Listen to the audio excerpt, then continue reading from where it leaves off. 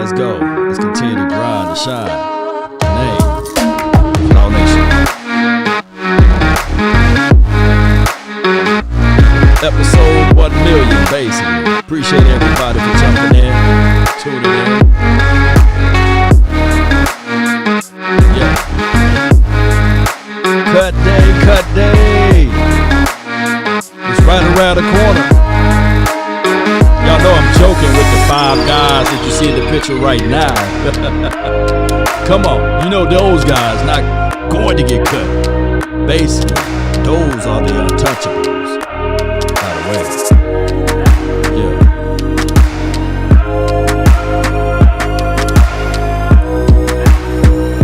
Come on. Yeah. Come on.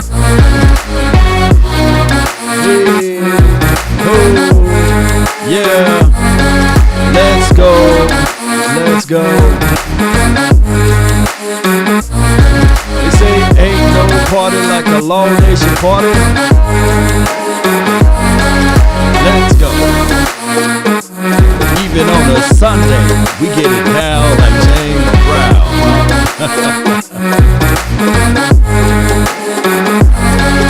Come on. Shanika, Pookie, Ray.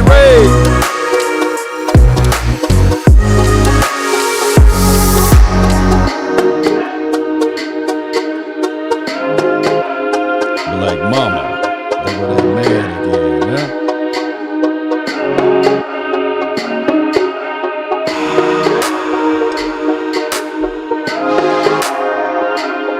Almost there, Cowboy Nation. Y'all know I build a plane while it's in the air. Yep. Come on. Mic check.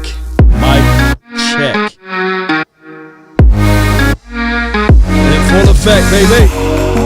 Yeah. Shout out to the Facebook squad. Appreciate you guys. Come on.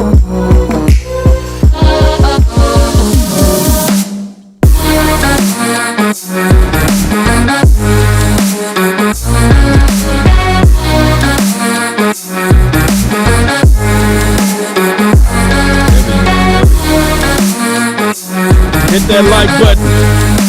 Share this content. I heard it give you 15 years of good luck when you do such. Yeah. Who reppin' DC for life? Pull your fan card out, baby. Yeah. Shout out to all the HBOs and the SGs. Yeah. Come on, Nation. Come on. Appreciate you guys. Appreciate you. Thank everybody for jumping in and tuning in. Let me know if my audio is straight. The audio is straight, right? Let me know if I'm too loud in your ears. I see y'all. I see all of the Cowboy Nation standing tall into a great situation. I see you guys. Rain, sleep, snow, win, lose, or draw. We here. We ain't going anywhere. We right here. Bring it. We right here. And we ain't going anywhere. We right here. DC for life. Like I say, man, when we 6 feet deep, man, just please be sure to put a star above my tombstone. If not, boy, it'll be some hunting season around here, right? They be like, man, that grave, it'd be yelling. It'd be yelling. How about them Cowboys? How about them Cowboys, right? They be like, let me go ahead and put that star on that tombstone so it can hush. Yeah, man, this season is good for us, right? We got good issues. We got good issues, good problems, right? Speaking of right, we got Nation right. Good problem to have. We got linebacker depths. Good problem to have. Yeah. And the NFL is here, and I started to watch other teams play. Yeah. I paid attention to Trey Lance. Woo! He's a dog, right? Trey Lance. Zach looked pretty good for the Jets. Some of those quarterbacks, was looking at them. Even shout out to the Laws. Trevor Law, he was looking pretty good. Yeah. And it goes to me looking at our team as it relates to our backups. We sitting there like watching paint dry to see Garrett Gilbert and Cooper Rush throw the ball around. And we looking at some of those rookies. Justin Fields and those boys is dropping back at ease, throwing the ball around. It's good. It's football, man. This is why we here, right? We watch football, watch other teams, watch other defenses as well. And we'll sit there and say, and we forget sometimes, Cowboy Nation, we forget that this is preseason. This is supposed to be vanilla. And you don't want to show everything, especially even against the Arizona Cardinals, because there's things that they could have picked up this game, believe it or not, and use it against us in the latter part of the year. And it may just not even be the players. It could just be a tendencies as it relates to the formation, right? So there's so many things. But football is it's one of the most unique sports out there. Everybody else, maybe tennis, just 101, golf 101. But football is unique because it's the ultimate team sport. And everything is sudden death, basically. Right? Basketball, you slip up, have a slow start, and then you think you can, claw back together and grind back together. And then before you know it, you can be like the Milwaukee Bucks. You can have you one. Right? Thought Chris Paul was going to squeeze one out, but no. They had to regroup. But if it was football, Chris Paul would have had him one, right? You get one shot in football, multiple shots in basketball, hockey, baseball. You get multiple turns, multiple situations. But there's only one shot, baby, right?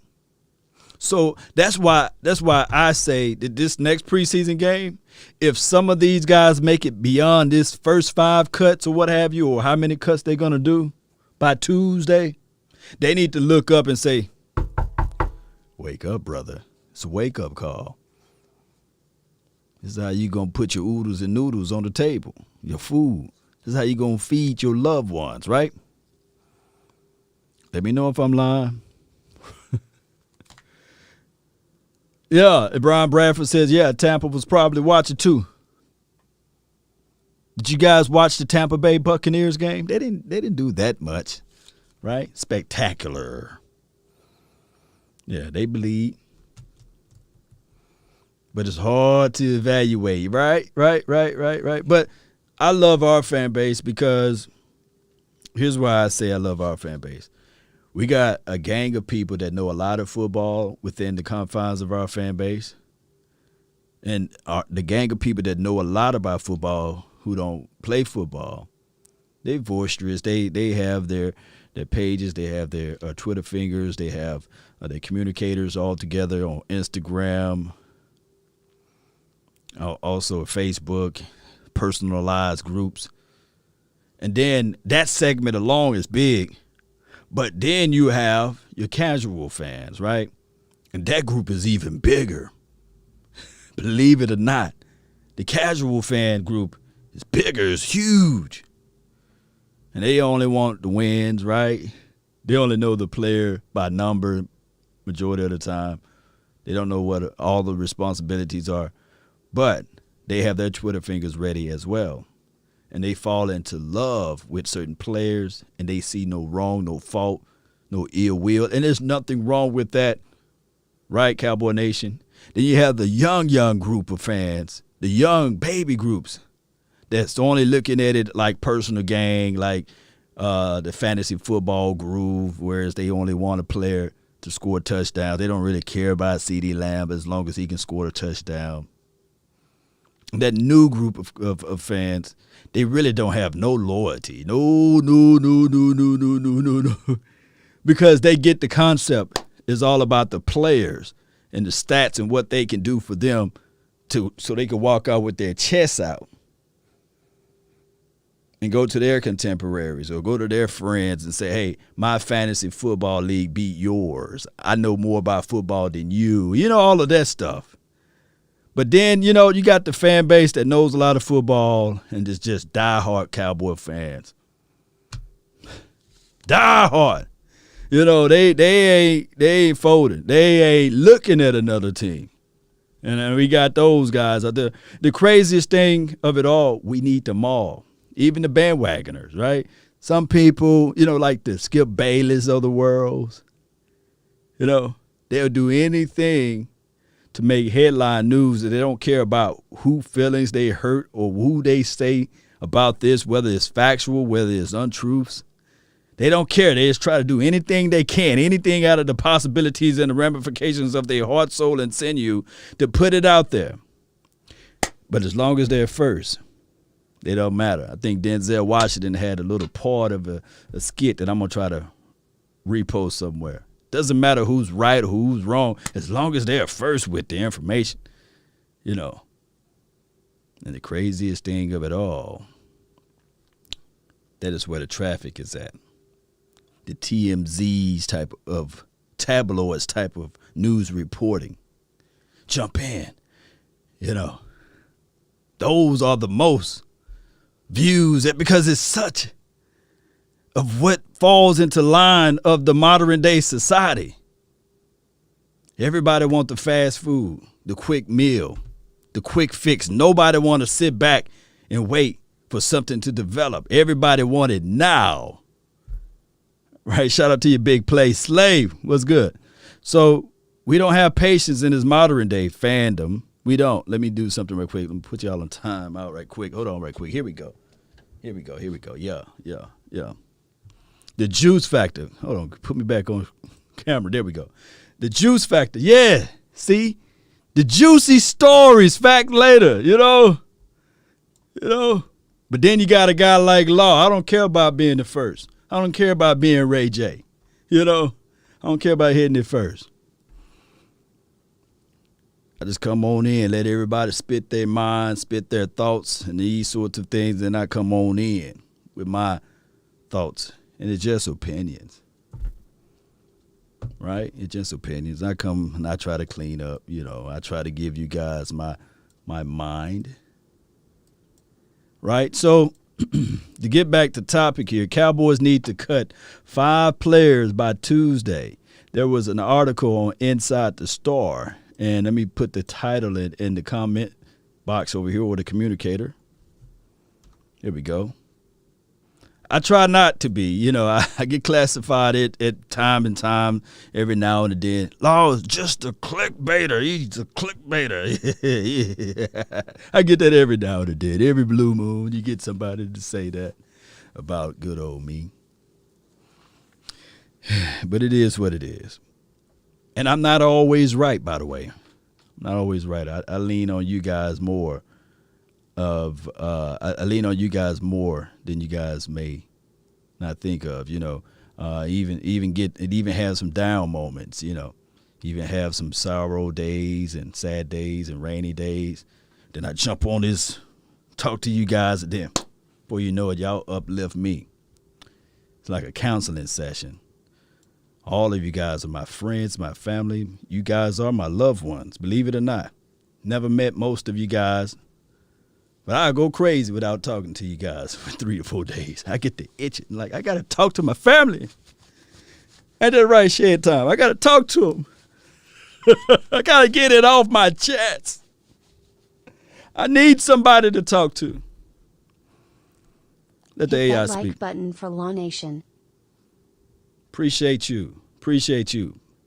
So I love to see the repeat names in the comment boxes. Oh, man, it's glory when I see the name that been here for a year, 2 years, 3 years. It's glory. It's a glory feeling, man. I'm telling you, especially being from Natchez, Mississippi. Have you ever seen a population of 25,000 and nobody that you know from your right or left Cowboy fans? So when I started to move out here to Dallas and I look around and I see a sea of silver and blue, I say, oh, my goodness, look at my family. Look at them. We all might not look alike. We might not sound alike. I'm country as all get out. But, baby, we bleed that silver and blue. Woo! Yeah, it's a family. Went out to Oxnard. Man, I got all types of family out that way. Went to L.A. to live and die in L.A. Oh, my goodness. Got family way over there. Somebody said Kanye West vibes. No. Yeah. Yeah, y'all give me fun over here. All right, so let me stop delaying this. 5 players. Let me tell you this. Who is the first player that you guys put down, the number one person that you would cut if you was the Jerry Wayne Jones or Jerry Salt Shaker Jones? Who will be the very first player you say, hey, man, we love you, man, but it's time for you to bring that playbook in to me? Be sure to still subscribe to the DallasCowboys.com. Who will be the first person you cut? We got 5 that we got to cut. Who's the first person?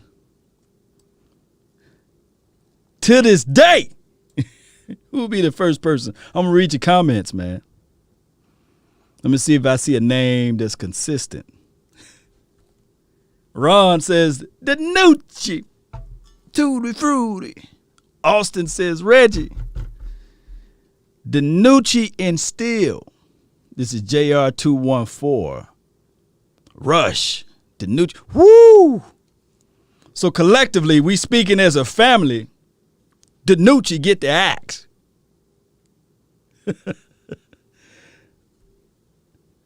JS Tube 36 says, what'd you say, man? Anthony Brown is one. Marcia says he made a donation for it. Let the AI speak. Jalen Smith. Yeah, let me throw Marcia says Jalen Smith. Let me throw the donation in there. Jalen Smith. I believe if you cut him earlier, I believe what we was going to save like 11 million or something like that. Yeah. Jalen Smith, and I'm going to keep it right there to support my dog, man. Thank you for the donation right here. Let's see. It's Jalen Smith, which is better? Jalen Smith, the storyline or the player? Nah, that's too easy.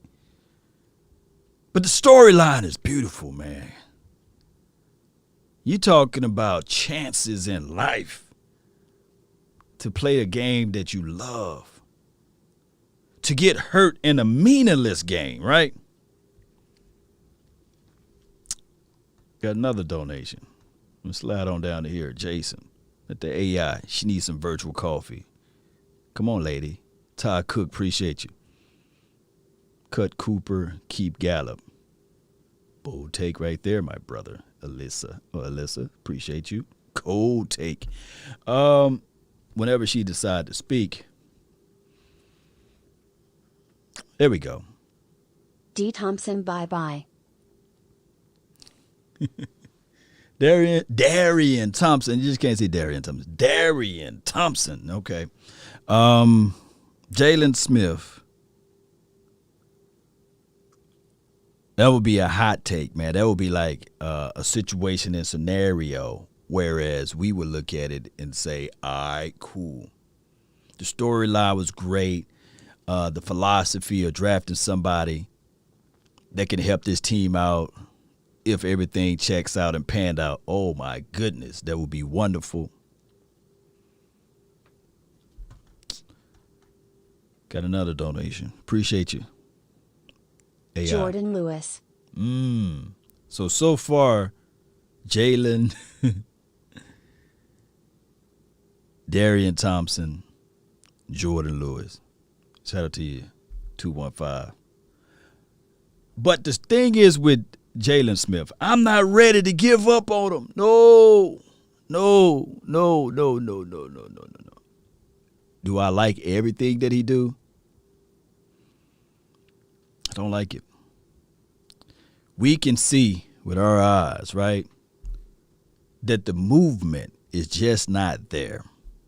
And I heard somebody to hit me up in the Instagram DM, and they said, Law, truth only. Appreciate you, man, so much for your love and adulations. Just put truth only, and that's only that he have right there. But shout out to you for your 1999, for your mind. I need to sip on some wine for this time. Appreciate you, though. They're all rhymes, by the way. But neither here nor there. Thank you so much, Truth Only. And thank everybody for participating in the donation to help elevate the nation. And shout out to you, Marvin, for the 200 stars on the Facebook groove.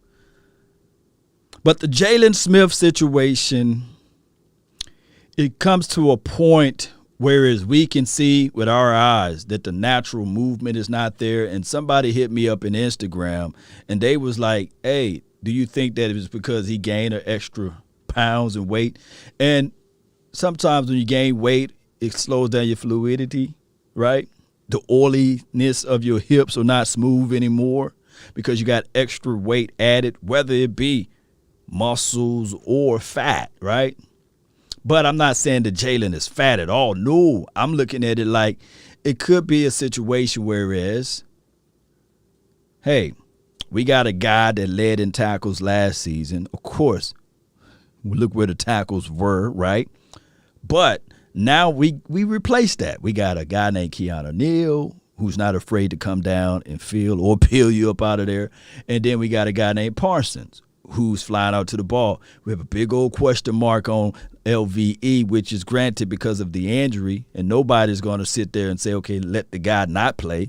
We want him to prove himself before we pay him any coins, right?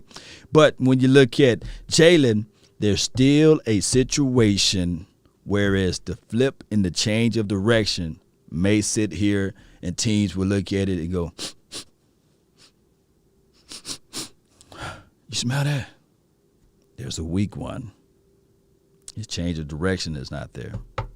And as a offensive coordinator, you try to exploit that. You try to take away a team strength and focus in on their weakness and say that's a weak spot right there. Now, the play that everybody been talking about was a casual play. Yeah, he's supposed to have C-gap containment, but his first read is, of course, the quarterback. You got LVE that's supposed to look in on the running back, flows with the running back. But flats, you always going to have somebody to get off control because when the tight end got engaged into a down block, your first read should be, hey, I'm covering the flats. There's no reason for me to stay put. Two guys late on a play, that's a touchdown or that's a first down. That's a change of momentum. So we see that, Cowboy Nation. We don't have to be on the field to say otherwise. Because I come here to tell you guys, if they line up that play 9 times out of 10, will the same reaction be there underneath? You mean that your middle linebacker is supposed to close in on the flat that quick? Come on, he got to go through the middle of the field to get there. Guy can still cut back inside. Both reads were late, but I'm thinking that a lot of people are missing the meat, worrying about the potatoes. Boy, y'all don't like me here tonight, right? As an old Southern Baptist would say, boy, y'all don't like me here tonight. Shout out to you, Shed Time for your mind. Last year for McCarthy, at least a playoff game. Facts. But I would tell you guys that it's not about responsibility of covering the flat and these sorts. What I'm looking at, natural people, the casual fans that's watching, the people that's eating their oodles and noodles on their armchair quarterbacks, you know, whatever you want to call them, the people that's sitting on the sofas, right? I'm talking about my leather so soft, you know, that sofa, you sitting down on your big TV because you got all of the money, you're sitting watching your 90-inch screen, you're chilling. Or even if you're watching your 19, but you're keeping it clean TV screen. Or if you're at Pookie and Ray Ray house and Shamika and Kamika, you over there at their house chilling, rubbing on some soft legs, watching the screen and sitting there like, hey, Jalen, get bus chops to the side. You will still see the delayedness or the slowness of his change of direction. Let me know if I'm lying. Let me know if I'm lying. It don't take football. You can sit there and say, hey, man, did Ricky, did he get shot? Did he get shot or something? He was running slow. The determination is there, right? But some people, regardless of the situation and scenario or regardless of what's going on, they just don't got it. It hurt me to see Michael Jordan fade away, right? Hurt me to see Penny Hardaway fade away. Some of the greats, right? And I'm not saying that Jalen was part of the greats. But it hurt me when I saw Kobe Bean Bryant. That's my dog right there. May he rest in peace. Man, he don't got it no more, man. Normally he'll yamming on that. He go into the hole and he laid it up, right? Yeah. It hurt me, man, when we saw, let me use one close to home. Shout out to everybody, man. Appreciate you guys. Shout out to you, Zach. Appreciate you, David. Noah says James Harden. Shout out to James Harden, too. My first take wasn't fully thought out. Keep J-Lou for now. Cut Jaylon Smith and Anthony Brown.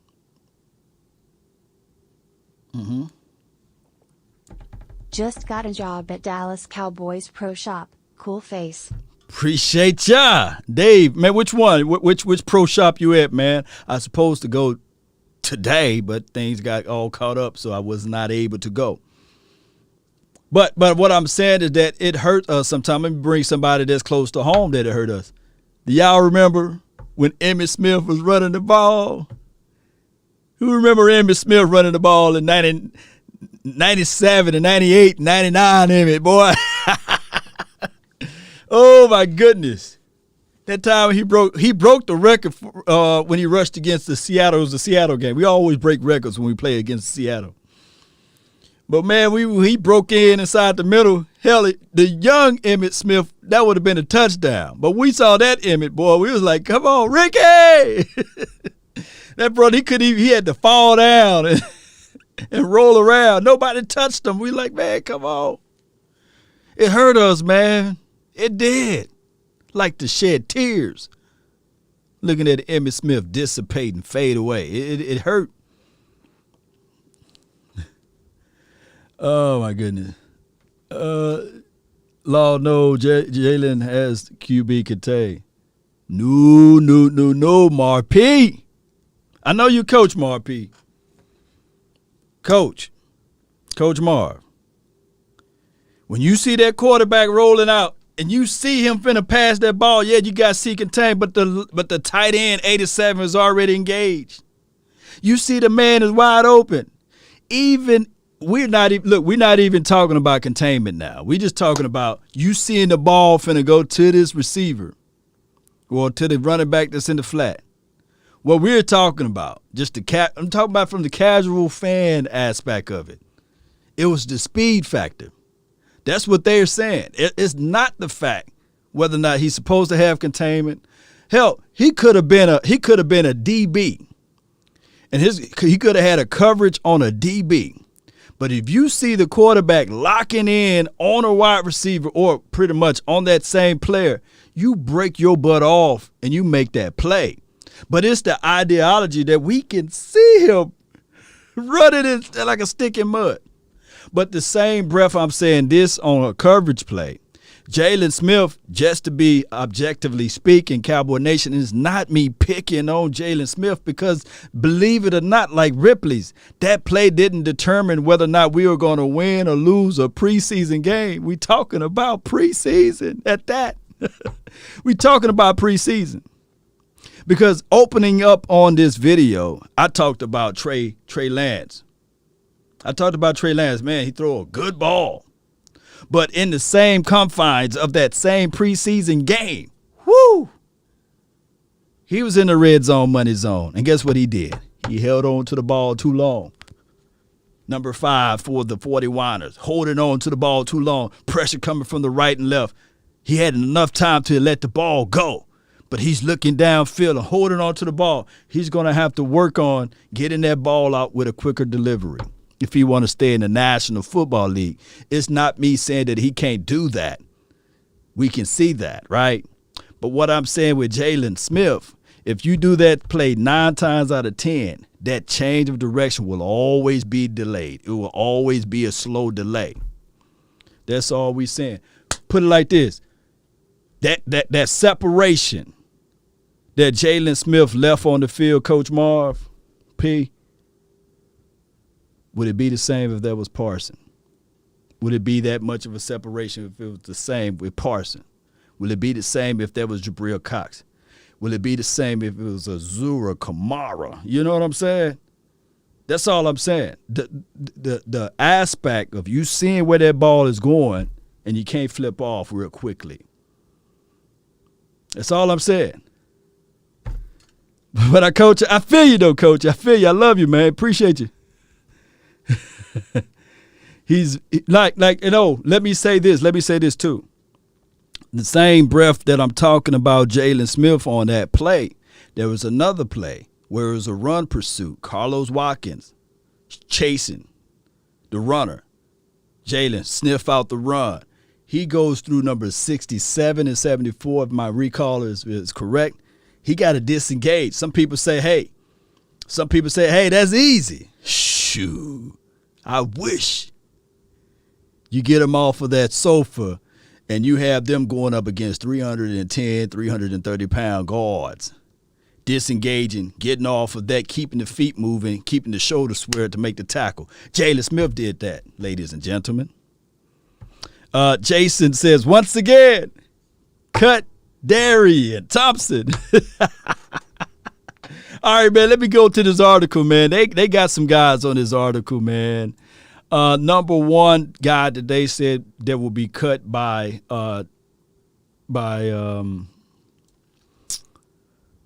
Tuesday should be Sean McKeon. Do you guys disagree or do you guys agree? The number 2 guy that they said that the Cowboys player must cut, shout out to you for the donation. Once again, cut Darian Thompson. Darian Thompson. Darian Thompson made a pressure play. He didn't make a play. He made a pressure play. So you with the belief, Jason, to keep Jaron Kearse and cut Darian Thompson, right? That's going to be a difficult one for them. One is from Clemson and the other one is from Boise State. So we know how we do those Boise State guys, right? So back to the conversation far as to cut the 5. Do you guys see in the future them cutting Sean McKeon? And for those who are needing information to the article, here we go. Is the article. Let me just see in the chat. I think somebody put down agree. As Modius put agree. Caesar says he's solid. Shapefrill says he can't get cut. Let's see. Ball going on the AR. All right, so number 2 guy that they said cut would be Siwu. I don't know how to pronounce his last name, but Siwu, number 45. He'll be the second person to get cut.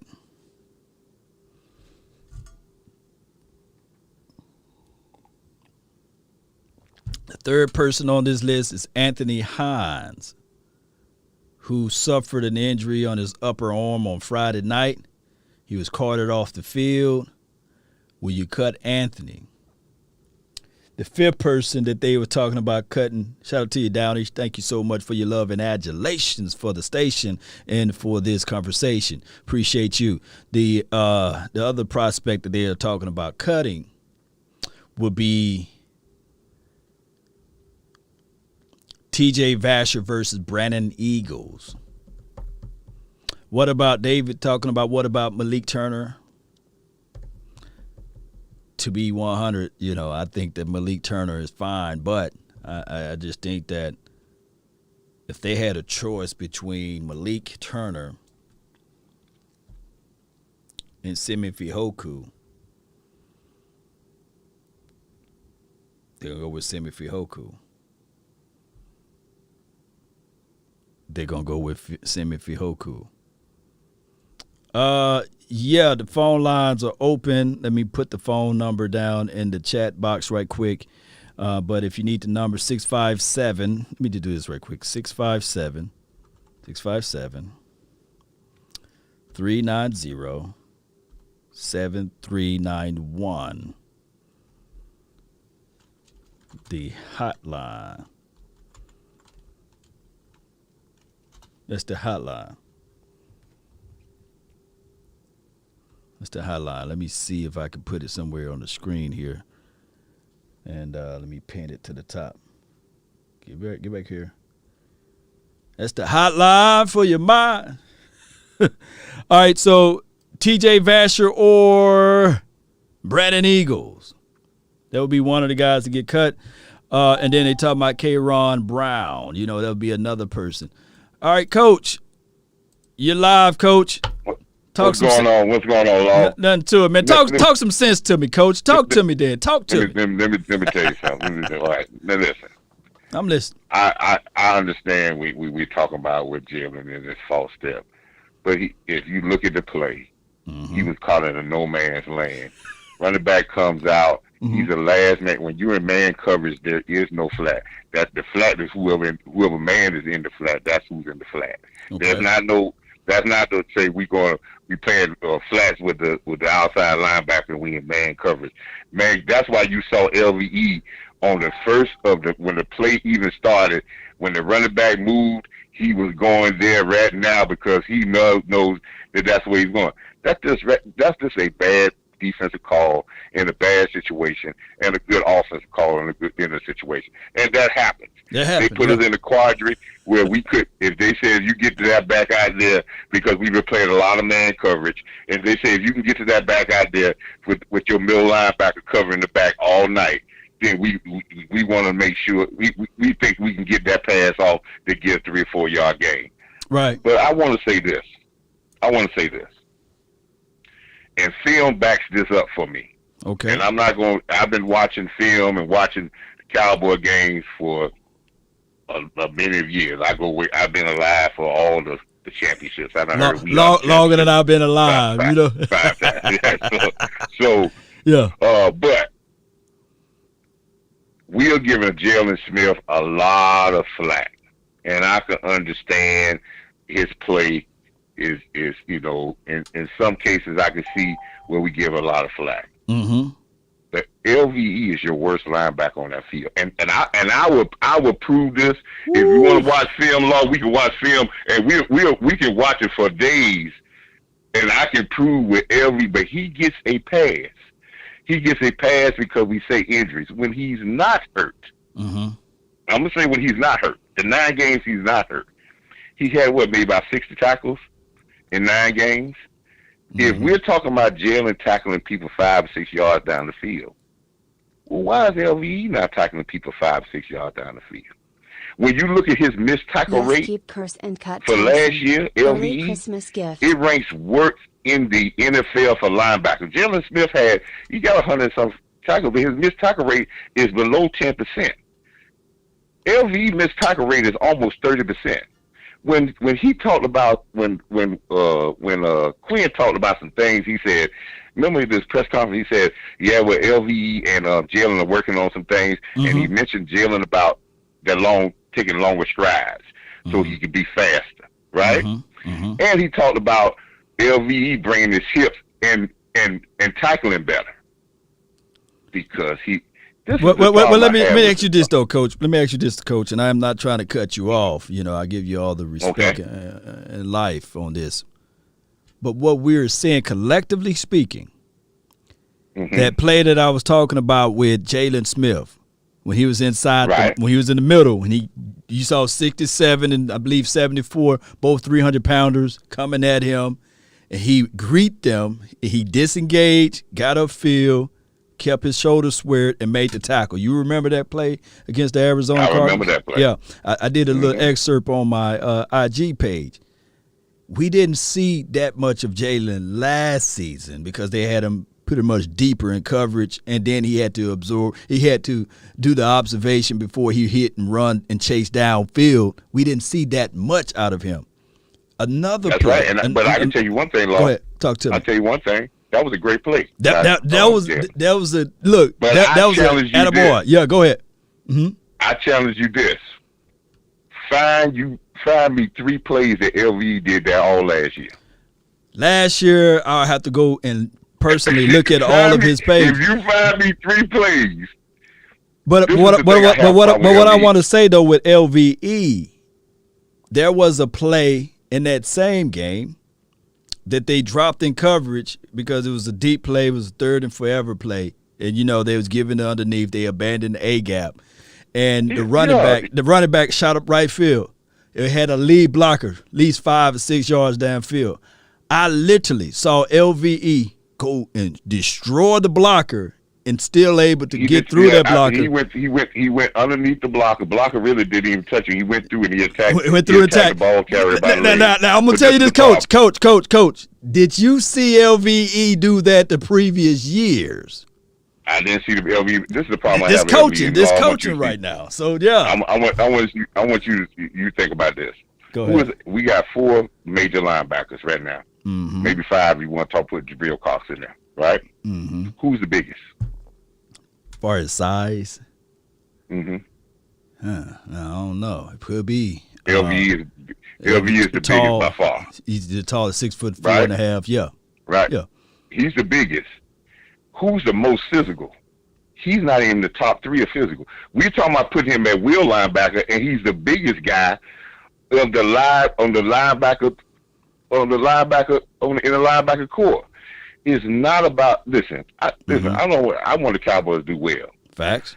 I challenge viewers, I challenge you, Law, and I challenge any other film breakdown person. Right? Right. If we watch Jalen Smith and we watch LVE, there would be no if y'all ran I remember you did you ran a thing last year on every tackle of Jalen Smith. Right. I guarantee you, Law, and this is and I back it up by film. Okay. If you go through last year, and you don't have to go through those 16 games because he ain't played but 9. Right. If you go through the 9 games or 10 games that you see LVE was on the field, I guarantee you will come away, and you just focus on LVE, you will come away with this and say, we need to get off Jalen.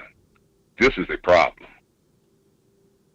All right, Coach. I'm gonna do that. I'm gonna do that homework assignment. But put it like this. I guarantee it, Law, and I know you, and I know how good you are, and straightforward you are. You'll come back and say, you know something? I see a non-physical big guy that we say is great in coverage, but he can't. He don't fight through the trash well, and he's a good guy. He's a first-round pick. But that's not, that's not where we're going. I think. But Coach, we got to allow George Edwards. We got to allow George Edwards to continue to coach these boys up, because when I saw that play, I'm saying it now. Now coaching is telling these guys to go run through the gauntlet here and make these plays. Coach is telling these guys to be the aggressor, hit first, just like you hit the sledge. We want you to hit right, hit first, sweat those shoulders, get low, and make plays. It's no time to look cute. And I'm trusting Dan Quinn and Coach George Edwards, especially if you look at Anthony Barr and all of those boys that was over there in Minnesota land.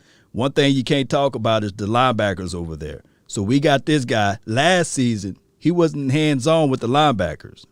This season, he's hands-on with the linebackers, Coach.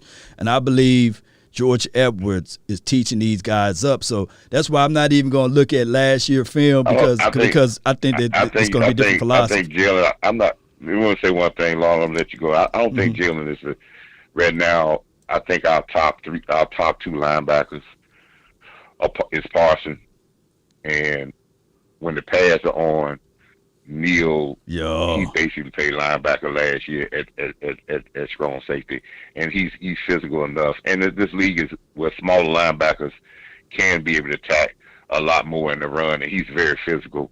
And Jabril Cox is coming along, seeing some good things with him in the run game. Mm-hmm. I don't see neither one of these linebackers.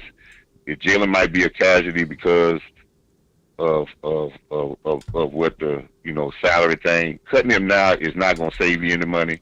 matter of fact, you're locked in, so you might as well go ahead and get that $7 million out of him. You're not going to save a penny by cutting him now at all because you don't guarantee his money. His money is already locked in the salary cap. I think we do have, and getting back to your question, I'm going to let you go. We have 5 cuts. We got some people on the back end of that roster that we can let go. This Cowboy fans, just don't be so worried about it. We let guys go, and we may think that we might lose them. That's going to happen with some other players from other teams, and they're going to have some cuts that they're not going to make. And it's going to be a trade and swap type thing. We pick up some people, they pick up our people type thing going on. And we scout the other teams as well, so we know they got some positions. They may cut a person that we need. But I think what we need to really focus in on, we need to see if we can scout the lines out there, because I think we need another guard in there. I think we need another physical guard in there. Film tells me that either McGovern and Williams, I just don't like their power in there. They give up too much ground. And if we can get a veteran guy that can be physical in there, that's going to help Dak in a lot, because I don't want nobody around Dak's feet with his ankle doing. But Law, I tell you again, that's my film study for you. If you go through that film with LVE, you will come back and paint a picture to your supporters that we got a problem here, and we just been overlooking it because we've been focusing on Jalen, but we got a problem here at the other linebacker position. We'll find out, Coach, man. Appreciate you for calling in, fam. All right, man. Keep it up, Law. Yeah. Bye. Thank you. That's a good one from Coach Marv, man. Holding it down. This is Sparta!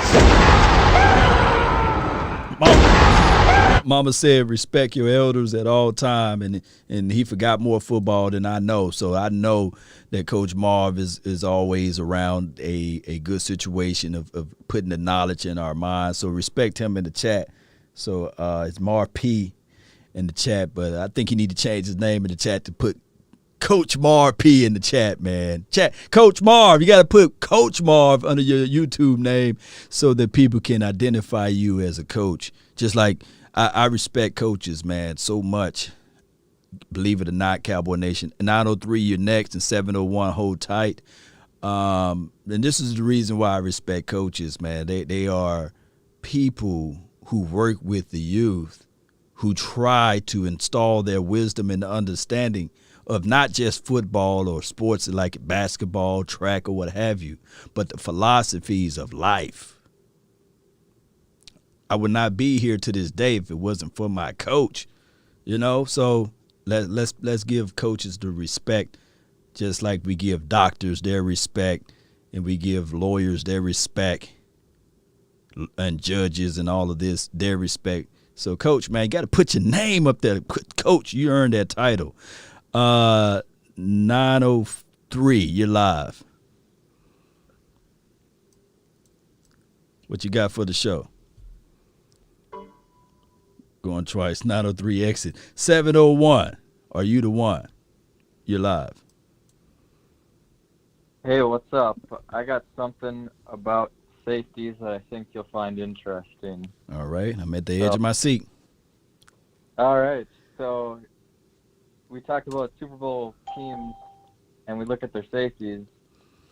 The last team win a Super Bowl without a safety at second team All-Pro at minimum selected that year, well, it was the Bucs, which were obviously an overall well-rounded team. Thanks. But go back all the way after the Bucs to the 2007 Giants, which we all know were a crazy year, 8-8, and then make a run. So, my question is, I like my boy Donovan Wilson. He can lay the hit stick, and he's nice with it. But I'm wondering, is he second team All-Pro? Because, obviously that seems to be incredibly important for teams to win Super Bowls. So that's just my 2 cents. Oh, man, the safety, the last line of defense, if you're looking at free safety, and the strong safeties or your enforcers, they make so many things happen for you. And they make the quarterback go off for their reads, not trusting if they see a post route. And they say, that safety man can come over there And if they see a drag across the middle, safety is just a reminder. And sometimes those receivers get antsy and start playing basketball with the football. So I agree with your assessment. Some people look at safeties and they sneeze at their positioning, but they are important. I just believe that, the front four, if we can create and establish pressure, and if the linebackers can play freely, then that's half the battle, and then everybody else will look good and play pretty well. So I agree with your assessment from the 701. We need to have better playing out of safeties, and then All-Pro or Pro Bowl and all of that notoriety will come if these guys are playing their assignment right. All right, man. Yeah, for sure. I got you. I agree with you 100%. Starts up front, and you typically don't want your safeties being the leading tacklers because it's usually not a good sign. But right. I'm hoping that B. Wilson can step up. So shout out to Cowboys Nation, Law Nation. Appreciate you, man. Good call from the 701, man. Great conversation there about the safety and the information. He did his homework. He said, Law, I got something for you. So he said last year team and the 2007 Giants team. And one can argue that the Giants team, that front, NASCAR packaging and all of that, creating pressure, doing those type of things, that helped him out tremendously. I got a long-time caller, man. He's just been here for a minute from the 832. What's new? What's going on, Law? Nothing to it, man. Talk to me. What's on your mental? Nothing much, man. How have you been? I hope everything's been good to you, man. Man, everything been well, man, over here. Just enjoying and soaking in some of this good football, man.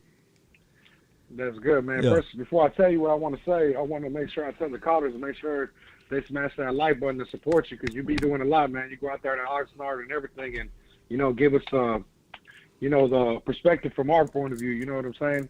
Unfiltered. Yeah. You know what I mean? Now, I was calling, Law, man, to tell you, hey, we got to cut Jalen, man. I was listening to the coach say, we ain't going to save no money right. if we keep him, so we might as well get every penny's worth. But to me, the way I see it, I feel like Mike McCarthy's like he still doesn't have full control of this locker room. I feel if he cuts Jalen, it's going to send a message to the team saying, I don't care how much money you're making. Mm-hmm. If you ain't performing, you're going to get cut. You ain't going to play. It's the best of the best that's going to be on this team. And I feel like you got to send that message to even get the veteran guys that, like D-Law and all them. Hey, they just cut Jalen. He signed to a contract, for good money. I better step my game up. So Jay, what is your thoughts on, what Coach was saying with LVE? What are your thoughts on LVE versus Jalen? What are your thoughts? I mean, if he ain't, well, to me, I feel like that's a different, it's a different issue because, we didn't pick up his player option. So he's already, he already has to go out there and perform or else he's gone after this year. And he knows that. Right. We don't have nothing to lose with keeping him on the team. But, you know what I'm saying? I mean, come on, like, it's been every year we talk about Jalen and he can't cover. He can't cover. Like, he's taking up valuable time from these young guys and these other prospects we got. We could be using those resources with other people, like Bradley and I. Just other defensive players. You can start putting Cox in there already. You know what I'm saying? Like, it's just. I understand the story's good, but this is the National Football League. There's plenty of stories that are good, but at the end of the day, you got to perform, and we want to win. If we keep on like that, we're going. Well, it can't get any worse than last year. It can only go up. But I mean, we're not going to be a good defense if we keep on, BSing around, keeping these same players that ain't producing. Right. And like I said, I would cut him and let him know that Jerry Jones. I mean, at the end of the day, Jerry Jones is making the calls, but to let him know just because you signed a deal, you ain't safe. You got to perform. Ain't nobody safe. I feel you on that because. On one end, yes, you got a guy with a dynamic story, and I believe he could be everything as it relates to just being a designated rusher, going downhill, hitting, disengaging, learning those things. But it would be a compromise situation when he have to get into coverage. And the interception that he had last season, that was cool and all, but that quarterback pretty much telegraphed that ball right to him. So it's a situation whereas the fan base – it's a toxic type of reality with that, or relationship with that, because you got a lot of Jalen Smith fans who only look at it from a casual aspect, and then you got people that say, hey, man, let's just bring somebody else in that can at least pursue and chase and be better in coverage than a Jalen. So we won't have that bad spot on the field for coverage. Yeah, I agree. Look, I can live with the young Cox out there missing coverage or mishandling his assignment. I can live with that because those are growing pains. But this guy Jalen, he knows what's going on. He's been in the league a while already. Like, enough is enough. I don't care about his jersey sales anymore. Do you want to win or you want to make money? I mean, that's really what it comes down to. Whenever I'm tired of hearing Jerry Jones say he'll do anything to win a Super Bowl, well, he needs to start making the tough decisions and start cutting some of these players that he likes. Yeah, you know how they say, man, I'd do anything to get you back one time, lady. I would never cheat on you again. Beyonce was just a miss-up, then Beyonce knock on the door again. Hey, can I do it one more time? It's Beyonce, for crying out loud. So that's just how that goes, man. Not saying that you have an opportunity with Beyonce, but it is what it is. Well, go ahead. You got that little Spartan call right there. Like, I know you've seen the movie. Yeah. If you've seen them train, they only take the best of the best, and whoever don't cut it, they throw them to the side. They throw them away. That's what we need to do. That's the kind of team we need to be. Yeah. We need to be hungry. We need to have dogs. We need to have some dogs in that defense. Michael Parsons, I could tell he looks like a dog. And we gotta cut casualties, man. It is what it is. I'm sorry, it's a National Football League. It's about what have you done for me lately. Facts. Oh my goodness, man! You came with so much facts, man. Appreciate you, man. I won't take up too much more of your time. Appreciate you, Jay. This is Sparta! Speaking of Spartan, I had to give him one of those, man. But it's one. I got 956 next. Hold tight. It's one of those situations. Whereas I love the story too. I'm a positive person, man. I try to look at it, and I might meet up with Jalen and say, hey, man, help a brother out with these business stuff that you got going on, and help me out with your business venture as well. Met his brother, didn't get a chance to talk to Jalen as much, but shout out to West Coast Cowboys and a few of the other guys, Boss Cowboy Sports as well. They got a chance and opportunity to speak with him on a personal level, and I just believe that he's a wonderful guy. I also look at it like this. He led the team in tackles, of course. So there's talent somewhere in there. There's some talent somewhere in there, right, Cowboy Nation? So what the Cowboys need to do is figure out a way to harness that talent and utilize it in the best way possible. Have him to blitz. Have him to be, hey, this is what we want you to do. Downhill, designated pass rusher. Designated, hey, all we want you to do is field the running back. If you go left, you go left. We want you to come down and field. It could be a situation where you can use him as a utility guy, and I know that that's not the best news to hear from when you paid that man all of those coins. If you're not going to cut him, utilize him to his best ability as far as what he can do. Prime example, Keanu Neal. We love him for what he's doing right now. Pro Football Focus got the man rated so high right now. But they don't have him in coverage because Keanu Neal can't cover. That's just a fact. Am I lying? Y'all let me know if I'm lying. Let me know if I'm lying about Keanu Neal covering. So why put him in coverage? Why put Keanu Neal on Evans week 1? You just don't do that. But you can say, we want you to be an enforcer. We're going to utilize your skill set to your best ability. 956, you in the mix. You live. How you doing? This is David. Dave, what's good, man? How you living? I'm doing pretty good myself. How about you? I'm doing great, man. Can't complain. Talk to me. That's good. So I was just gonna, going back to the linebacker, conversation. There's so much spectrum towards that. With LVE, Jalen, Micah, Jabril, and Keanu. All these guys. Just looking at them, and mostly we've been talking about LVE and Jalen. It's like I feel like even if we cut these guys or even trade them, I feel like it wouldn't really solve the problem, in my opinion. This is just me. Okay. You've had you've had Jalen for 5 years, you've had LVE for 3. You know, it's like, you know, the production is. I've seen it there throughout the years. I've seen the production. Even from last year with LVE getting injured, the past 2 years, I guess. Mm-hmm. Even then, it's like, you know, would I still keep him? I would still probably keep him in a scenario as to how we're going to utilize them or how they can still be used. Because I feel like they still can be used. It's just they haven't figured out the right way to use them yet. Right. If we can get 2018 LVE and 2018 Jalen Smith, we'll be happy, right? If we can just get those guys. If you look back at 2018, that year, right? We were like in the top 10 defenses that year. Facts. If I may not be mistaken. So it's like, you know, we can get those 2 guys at that time back, you know, even then, and you still have these young guys coming in, Mike Parsons, Jabril, you know, even, and you know, veteran Keanu, like, you know, helping these guys out. You know, they can really put the force in, and I feel like they can put that boom stick and just, you know, show them the way.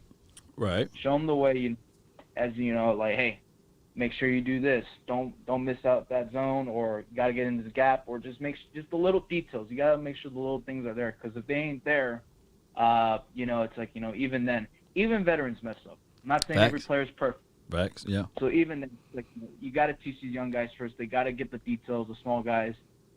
You know, these guys are hungry. Don't get me wrong. Mm-hmm. They're hungry. They want to play. They want to get snaps on. It's like, you know, get me in, coach. I want my snaps. I want to prove to y'all that, you know what, I can make the plays. Mm-hmm. I don't care what my contract says. I'm here to play in the football league. Right. So, you know, I would say, you know, just keep these guys. I would say, you know, just, you know, mentoring and extra motivation and learning, because these guys have been longer than you know, Jabril and Micah, and these, you know, if we can keep these guys here still, and, you know, having Keanu, a long-time veteran, it's like, you know, if you can even Keanu can show them Jalen and LVE some tips, right? You know? I mean, depth is everything. You know, we didn't have this much depth in a long time. And the moment we get it, now we want to get rid of it collectively. I feel I'm following everything you're saying, DT. So what we need to do is basically, if we can hold on to this depth, because we're not looking at this now saying, okay, oh, LVE is out and Jalen is out. Now we're going to usher in Luke Gifford, right? We got guys now that can fill that void like a Jabril Cox, like a Keanu Neal, and like a Parson. So I love the fact that we have this depth purpose or reasoning now so that it will secure us down the line. Hopefully, with the mindset of what Coach George Edwards brings to the table, mixed in with Dan Quinn, we won't see that coy play of they're allowing the opposition to get inside their chest and body and frame, and it's hard for them to disengage. Now we're seeing them doing the opposite, whereas they are attacking first. And that's what I talked to Coach Marv about, is that now we're seeing a different mindset, that they know for sure if they drop the ball, that coach is going to get into them and chew them out. And I saw it during training camp. But go ahead, Dave. What else you got for the show? And, you know, also going back to the cuts, you know, look, I'm reading from the articles, you know, I mentioned Malik Turner for a reason between him and Simi. I would say he's a decent backup, in my opinion. This is me. Turner or Simi? Turner. Okay, go ahead. I would see him as a decent backup. You know, I saw some of his film throughout the past 2 games. You know, I mean, he had some good yardage. He had some good catches. There's a couple mistakes I saw. You know, that kind of scared me. It's like, you know, it's like, up and down. It's up and down process with him. I like the style he plays. You know, it's just, I feel like if you can still keep going, you know, learning the process, you know, next time don't go out of bounds, just stay in, or make sure you hold on to the ball tight.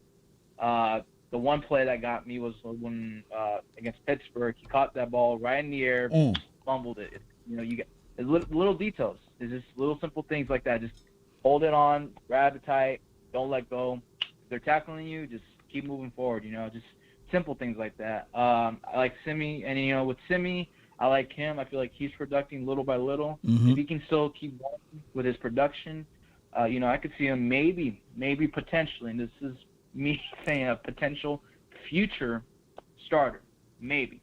Wow. I could see that. Wow. Well, it could possibly happen, and it just need time to develop some of these guys. They're not day one ready. Terrell Owens, one of the greatest wide receivers we ever seen. It took him time to get to that level.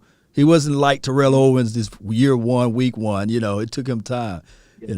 And as well as some of the other guys that we're seeing out here. I just think that Malik Turner is the same person as Lance Lenoir. You remember him? I had all these hopes for Lance Lenoir, and then he went to bed when the lights turned on. So that's what Malik Turner is doing for me right now. He just had those Lance Lenoir type of moments. Mm-hmm. But I appreciate you for calling in, man. Appreciate you. For sure, man. Appreciate it. Thank you. You're welcome. Let's go. DT David, appreciate you for calling in. We got 585 next and 240. Just hold tight. Let me give some of you guys some thoughts independently right now. Nah, Caesar said Lance wasn't on that level. He wasn't on Malik Turner level. Lance made the team though, right? Did some boneheaded stuff like going out of bounds, fumbling. He was the kickoff. Was he special teams at one point? I say, good Lord, Lance, come on, man. But hopefully, man, Malik Turner can be better than Lance Lenoir, right? Thank you for tuning in to the Lance Lenoir film session. Y'all remember that one? Let's see here. Neil and Brown picked wrong week to have a bad game when you're on the bubble law. Yeah, I think Thomas, are you Coach Thomas too? Mr. Leach. Thomas Leach says Neil and Brown picked the wrong week to have a bad game. I think Neil had a great game this past game and the game before that. Are you talking about Kieron Brown or are you talking about Anthony Brown? Anthony Brown, they only played him for a quick second out there. But these boys this coming up week, they're going to have to do something. Jonathan, you're live from the 585. Talk to me.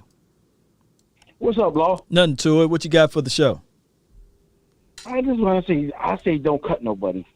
That'd be stupid. Okay. Leave it as is and let Dan Quinn do what he do. Mm-hmm. That's just plain stupid. You gonna cut Jalen Smith? No.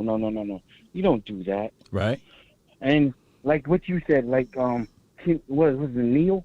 Keanu Neal? No, you don't put him at safety. Right. No. You just move him to the linebacker issue. Right. What he is, a linebacker or a safety? What he is? A linebacker. Neil is playing safety right now. It's like, no, he playing linebacker. I'm just playing with you. He playing linebacker.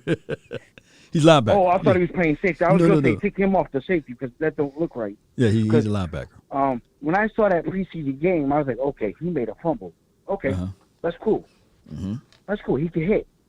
Leave him as linebacker. Don't put him as safety. No. Don't do that. Don't put him in coverage. That's a no. That is a no. You don't do that. I'll just say this. I'll say get rid of the quarterback. What's his name? Dan. DiNucci. Get rid of him. Ben DiNucci or get rid of that rookie. What's his name? Ben DiNucci. I forgot his name. What's his name? Yeah, get rid of him. Go get RG3. He's out there. Okay. He's out there. Let's see what he could do. No, I'll just say, the Cowboys doing the right thing, but let them play. But I don't like preseason. I can't stand preseason. I don't know why they did this for, because people getting hurt, and players are getting hurt and everything. They should never had preseason. I don't know about this rookie issue and all that, and people getting hurt. I just saw what's his name just got hurt. What's his name? Gallimore. Mm-hmm. You heard about it probably. Right. And so, I'll say go get another defensive tackle. Akers is out there. Okay. You know what I'm talking about from the Bengals. He's out there. Okay. Go get him. That's a big defense. That's a big defensive tackle. And I gotta answer you this: Is Dak Prescott going to play in the season, or no? Yeah, he's going to play this season. Not in probably. I know his shoulder. I know his shoulder is. They saying that it's questionable. Oh, wow. I don't know if that's true or not. Yeah. He may not. He may be struggling, man. He may not come out on the field until like week 4, week 5. See? Yeah. See, So I'll just see. That's another issue. See, that's what I'm saying. Get rid of another quarterback. Go get RG3, and we might be. I wouldn't cut nobody though. We got too much depth.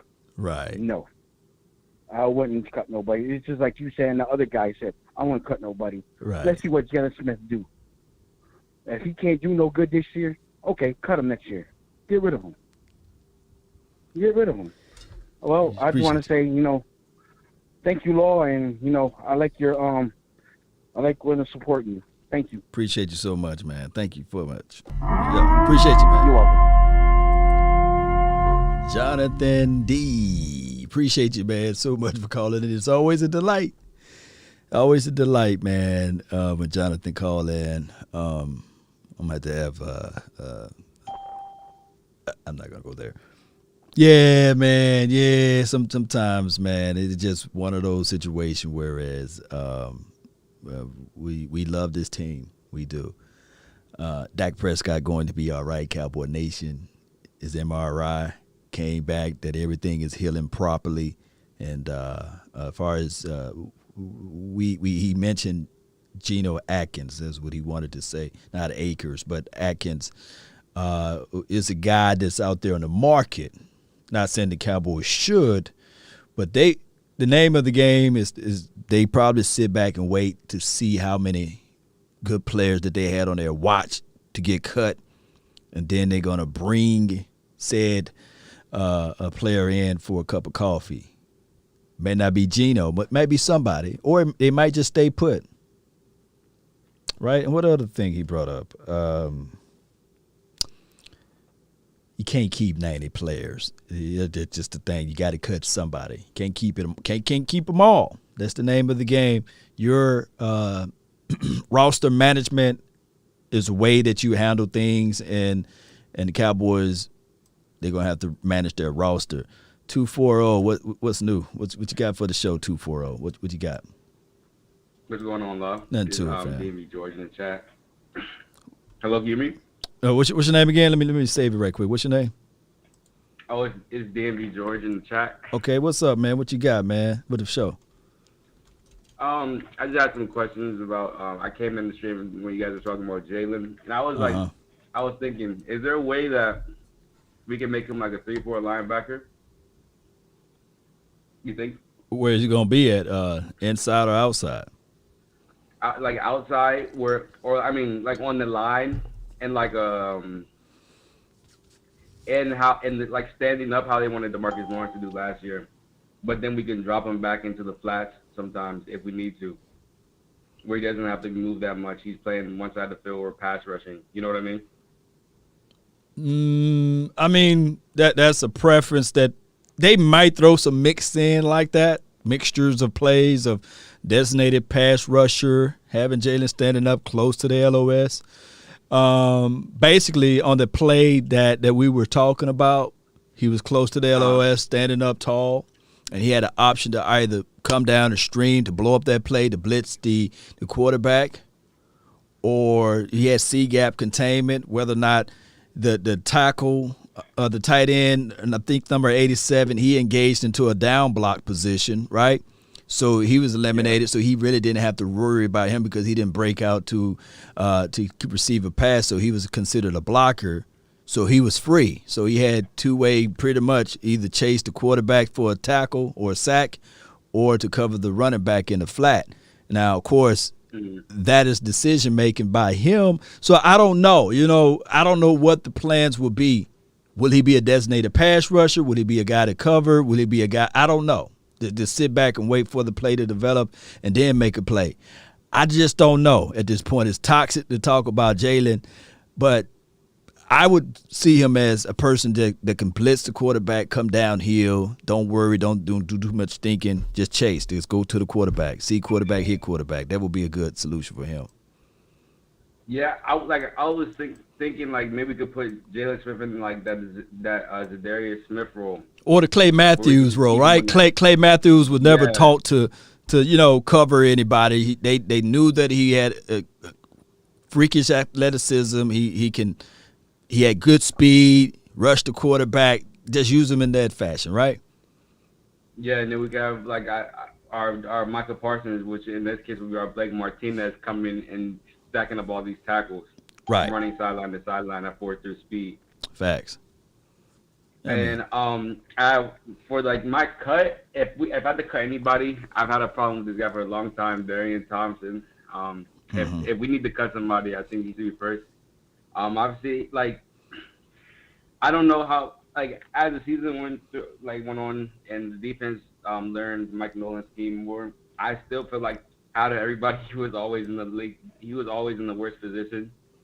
Right. Especially like I was finished with him after the Browns game. Even though it's Odell Beckham, it's just like you have a zone to play your deep half, and it was the trick play from Odell Beckham, and he had a deep half, and you only have one responsibility: make sure nobody gets behind you, and he left him behind him, not even with speed or anything, just sleeping. He was sleeping with his feet flat, and I just feel like besides like Anthony Brown, anytime I ever see somebody get beat deep, it's most likely him or like.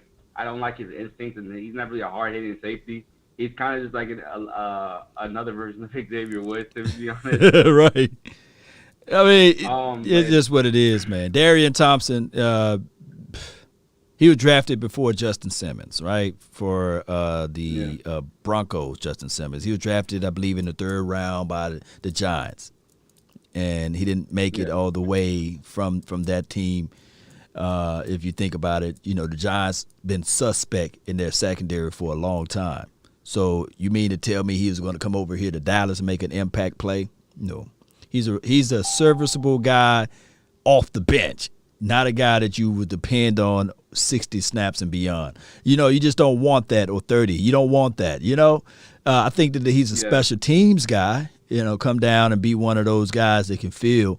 But I do like the mentality of Jaron Kearse, and he got his warts too, believe it or not. But it's one of those things, man. Whereas, Darian Thompson is Darian Thompson, flash here and there. And I heard somebody earlier say that we don't want to be cutting our depth, and he's kind of our depth at safety. But I think that Kearse is enough depth that I need. So I think he should. I don't want him on this team. Maybe a practice squad. Or he'll probably get a job at some other horrible defense team. Back to the Giants, right? Yeah. Or the Raiders, He's one of those players I don't want to see our starting field, even after like injury. Like he's like the players I do not want to see touch the field this season are Terrence Hill, him, and maybe like I don't know, players that are. I feel so good about our roster. I don't feel like we have too many liabilities, but I feel like those players fall under those liabilities. I don't know. No doubt, man.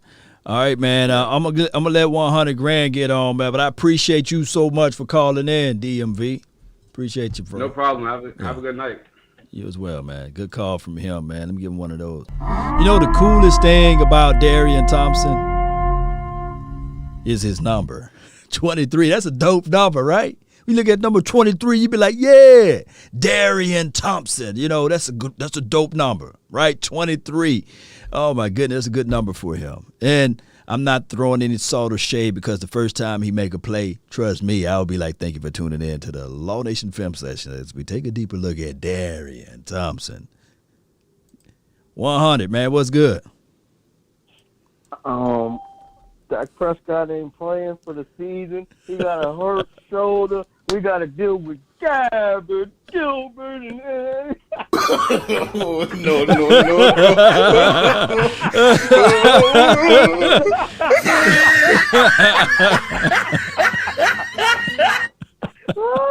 Oh my goodness, 100, man.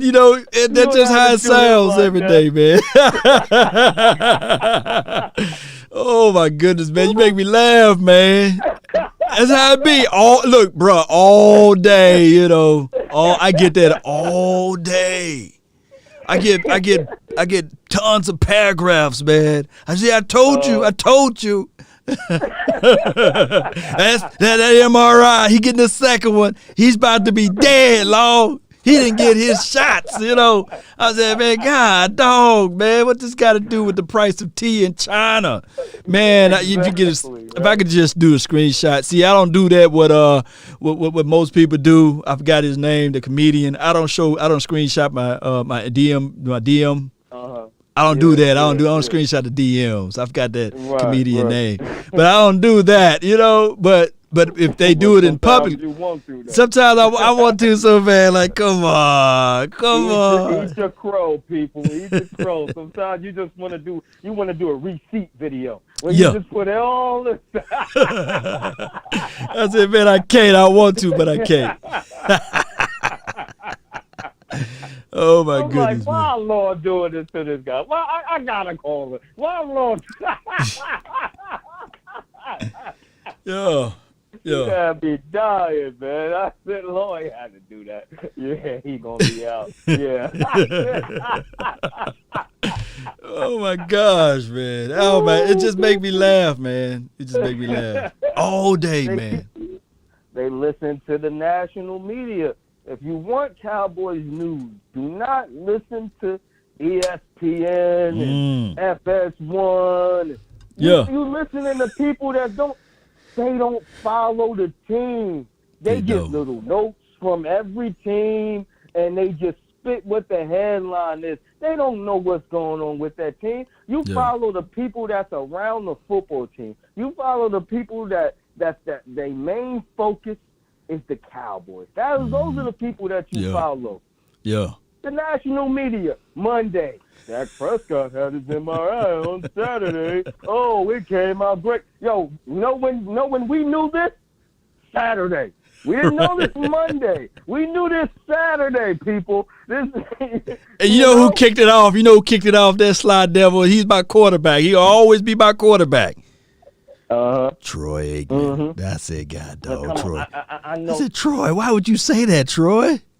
But you gotta understand. You gotta understand, though. Troy gotta play the game a little bit, though. So I don't be mad at Troy, because come on, man, you gotta play the game. You gotta.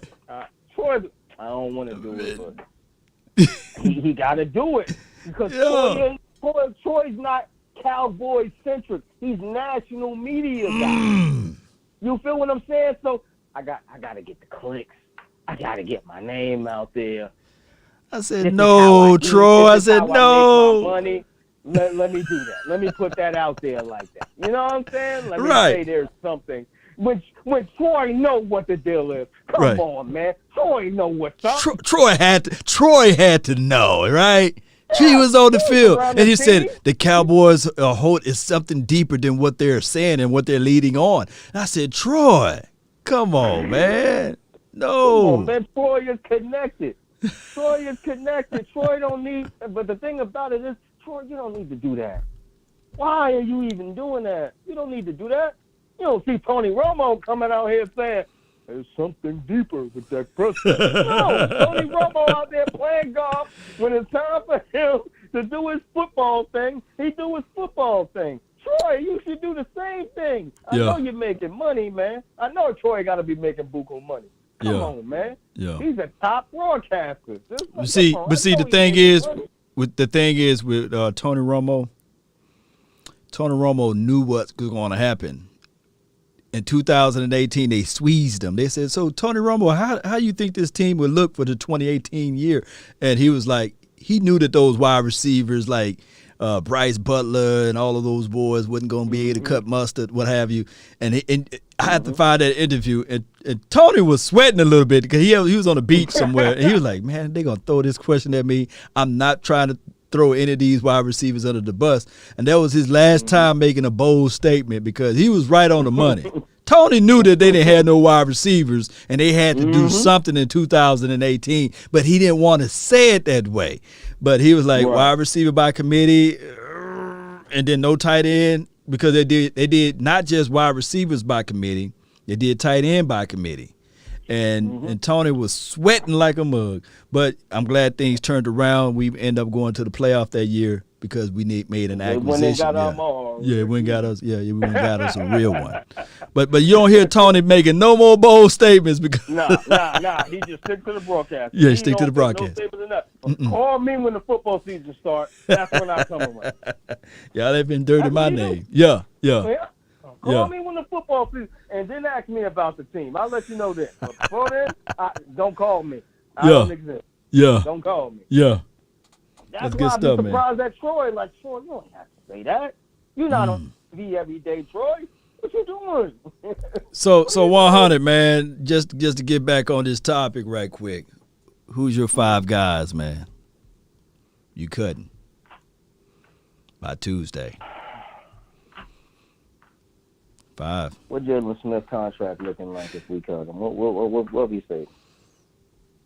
I think we 'Cause eat. that's the starting point right there. That's the starting point. What do we eat?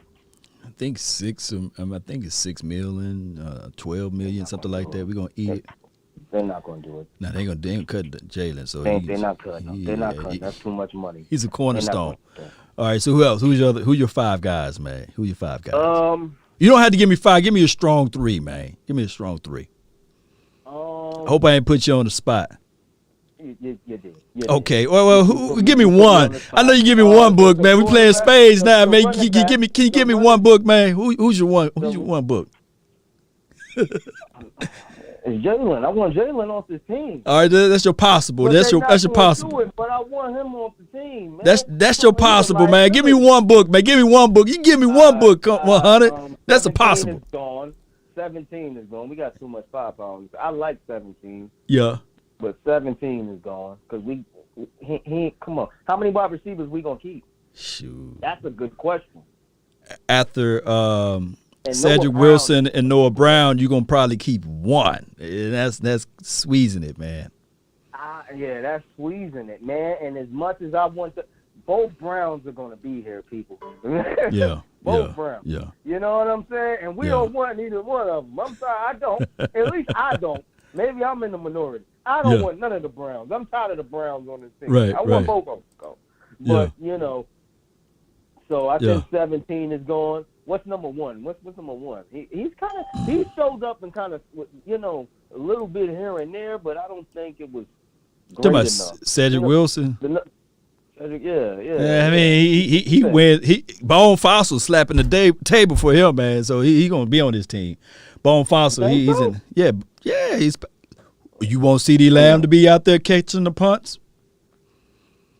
No, hell no. Yeah, so that's why Cedric Wilson. When they had him out there, when you was out there, when they had him out there doing the drill, I said no. Nah. So that keeps Cedric on the team, and then everybody else they pressing.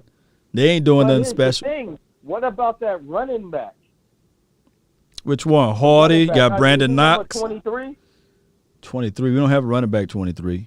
And not 23. It must be Brandon Knox then. Brandon Knox. 37, I believe that's his number. How many running backs we gonna keep? Because 3.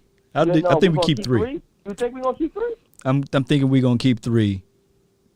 Zeke, Pollard, and Rico. Even though he fumbled the ball. And Rico. So we gonna keep 3. What about the tight end position? Then how many you think we gonna keep there? 3. Here's the issue. 3 tight ends. We keeping 3. 3 there too. Yep. So you think they gonna go long? You gotta go long with tackles. Gotta go. They gonna keep more offensive linemen. They'll keep more offensive linemen than. But I don't want to do the 53-man show, man. I got a lot of people waiting, man. We gonna do the 53-man show. I'm trying to do it twice. I want to do it with the final word. That's me, Boss Cowboy, Big Game James, and the OC. I want to do one there, and then I want to do one with the round table. Me, Vach, Okoye, and Foots the King. It's going to be like a marathon type of show when we do it with them, or when I do it with them, because I know it's going to be a lot of back and forthness. But we're going to probably set that up, not probably this week or probably next week. I love to say because ain't Cuts Tuesday, right?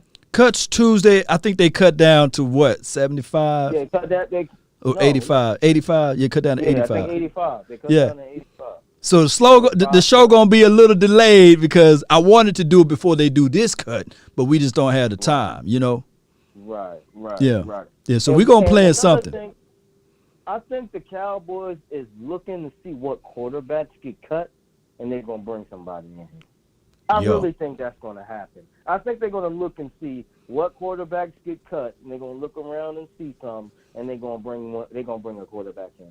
I really don't think they're going to go into the season like this. That's why I'm telling everybody. That's why I'm telling everybody right now. Watch every preseason game you can find on TV, and look at that person on the center. Backup quarterbacks. Yeah, look at the backup quarterbacks because shoot, I understand what people say about Cooper Rush and DiNucci as well as Garrett Gilbert, but I'm thinking that you got somebody out there that's not afraid to let that thing go. You know, that's just all I'm saying. It's a lot of bad quarterbacks. I watched this week long. It ain't look too good. It's slim pickings out there. Hey, if you want a quarterback, you got to go draft a quarterback, right? You do. Right. And I'm gonna tell you something. These Giant fans, right? Talk about the Cowboys. Oh, the Cowboys ain't got no backup quarterback. Oh, the Cowboys, they top heavy, they suck. You know I live in New Jersey. You know I live in the New York area. Right. That preseason game out on Saturday, yesterday, every Giant fan biting their nails, about to jump off a bridge. Our backup suck. If Daniel Jones go down, we're done. If Saquon go down, we're done. Yeah, I love it. Any one of their starters go down, it's a problem. They're nervous, man. But you know what? Right the craziest thing, no depth. 100 grand. The craziest thing that I gotta say before I let you go, fam, is that Cooper Rush couldn't make that team as the backup quarterback. And that's great. You're right. You're right. And look at the quarterbacks they got over there. I watched that preseason game. Oh my goodness. Yeah. Terrible. They are nervous. And you know they play the Rams. No, they play Denver. And you see how Denver look. So they seen that. Oh, they're nervous week one, boy. They nervous. You got Giants fans already saying that's a loss. Already, based off a preseason game. That's crazy, man. Appreciate you, bro. That's good, man. 100 grand, man. 100 grand with the plan, man. All right, so I got Lady Jessica up next. We got the Kansas City guy 816 up next too after that. But Lady Jessica, you're live like 95. What you got for the show? Hey, Lau. Hey, everyone in the chat. How are y'all? Happy Sunday. Happy Sunday to you. Oh, happy belated birthday, because I didn't get a chance to call and tell you happy birthday on your birthday. It was, 5 days ago? Was it? How many days ago it was? On Monday, yes. On Monday. So happy birthday to you. Hope you had a great and wonderful time. And thank you so much for your Cash App. I really appreciate you for helping the channel out and these sorts of things. I thought about reversing it and sending it back to you for your birthday. Appreciate you. Okay. Lau, I was also planning on taking a picture of my cup, my Dallas Cowboy cup that I received from you. On my birthday, I popped it open and been drinking my coffee out of it. Yeah. But to these people in your chat, will y'all get y'all I like calling nobody stupid. But cray self up out of this chat. Dak is fine. Yeah. Stop wishing stuff on Dak. Stop telling all of that. Dak ain't going there. When God do a thing, it is done. The same God that healed and gave him a new ankle has already healed his shoulder. The man was out there throwing the ball. So stop listening to broke-tail media and stop listening to all these stupid lies that people are putting out there. If y'all want to believe that stuff, y'all just cray as the people that lied and put it out there. Now, they done already told y'all this man MRI came back that he is fine, that is healing perfectly. So why are y'all still talking stupid? Why are y'all saying the same old dumb stuff in this chat? Stop it. And the number 6 is one they need to cut. Lord have mercy. Bless that child soul. You talking about the wide receiver, right? The Johnny Dixon, right? Because 2 6s out there. The one that dropping the ball. Oh, and yeah. The The little Johnny Dixon, yeah. But I tell you, number 37, what you call him, baby, BB, that he is one they should keep. That little joker can get in there, and you know who he kind of remind me of who I thought about while he was out there? Cole Beasley. I said, we got a new little Cole Beasley out there. Yeah. Anyway, and I'm just looking for a great season. And I know my prayers get through to God. I pray for this team, pray for everybody. Everybody, if it's somebody ask me or whatever. Because we all need Jesus to keep us and guide us. Because, you know, that virus spreading. The other strand is spreading. We got 300 some cases here. And Marshall, you know, I know me, I done had my vaccination, but, you know, because I work with children right now, and I just ask everybody, wear your mask. And those that in despair about taking the vaccine, the people that caught the virus because they was around somebody that has not been vaccinated, who they didn't know had the virus, and they didn't have their mask on. So you can't be out here wearing your mask, even though they're giving you options. Follow your mind. God gave us all common sense. Now, you know we got a virus out here that ain't going nowhere. People are studying dying. People are studying getting this new strand of virus. It's starting to spread. And they was explaining to us that this virus, it comes, and people that have got it, that got the vaccine, they're not getting sick and dying as the people that never got the vaccine. Most people that are dying are people that ain't got vaccinated. But people that got the virus that have been vaccinated is because they wasn't wearing their mask. And they were in close range. They wasn't 6 feet apart from the individual. And those droplets come through your saliva. So if you got on your mask and I got on my mask, we're keeping ourselves safe. And then he also said, certain masks, the particles, which is saliva, is good. But I'm going to get off. I heard your little beat. But y'all just be safe, and let's go, Cowboys. Let's go, Cowboys. Let's go. Appreciate you, Lady Jessica. We love you over here. Thank you so much. You have a good day and a better tomorrow. Appreciate you. Yes, sir. Yes, indeed. The lovely Lady Jessica calling in with the praises and thoughts for your heart, soul, and sinew. Just be careful out there. Drink your water. And listen to what she said, and listen to your own thoughts, and listen to your own mind, and pray, about it too, and talk to Ashaniqua and Pookie and Ray about it as well. The 816, you in the mix?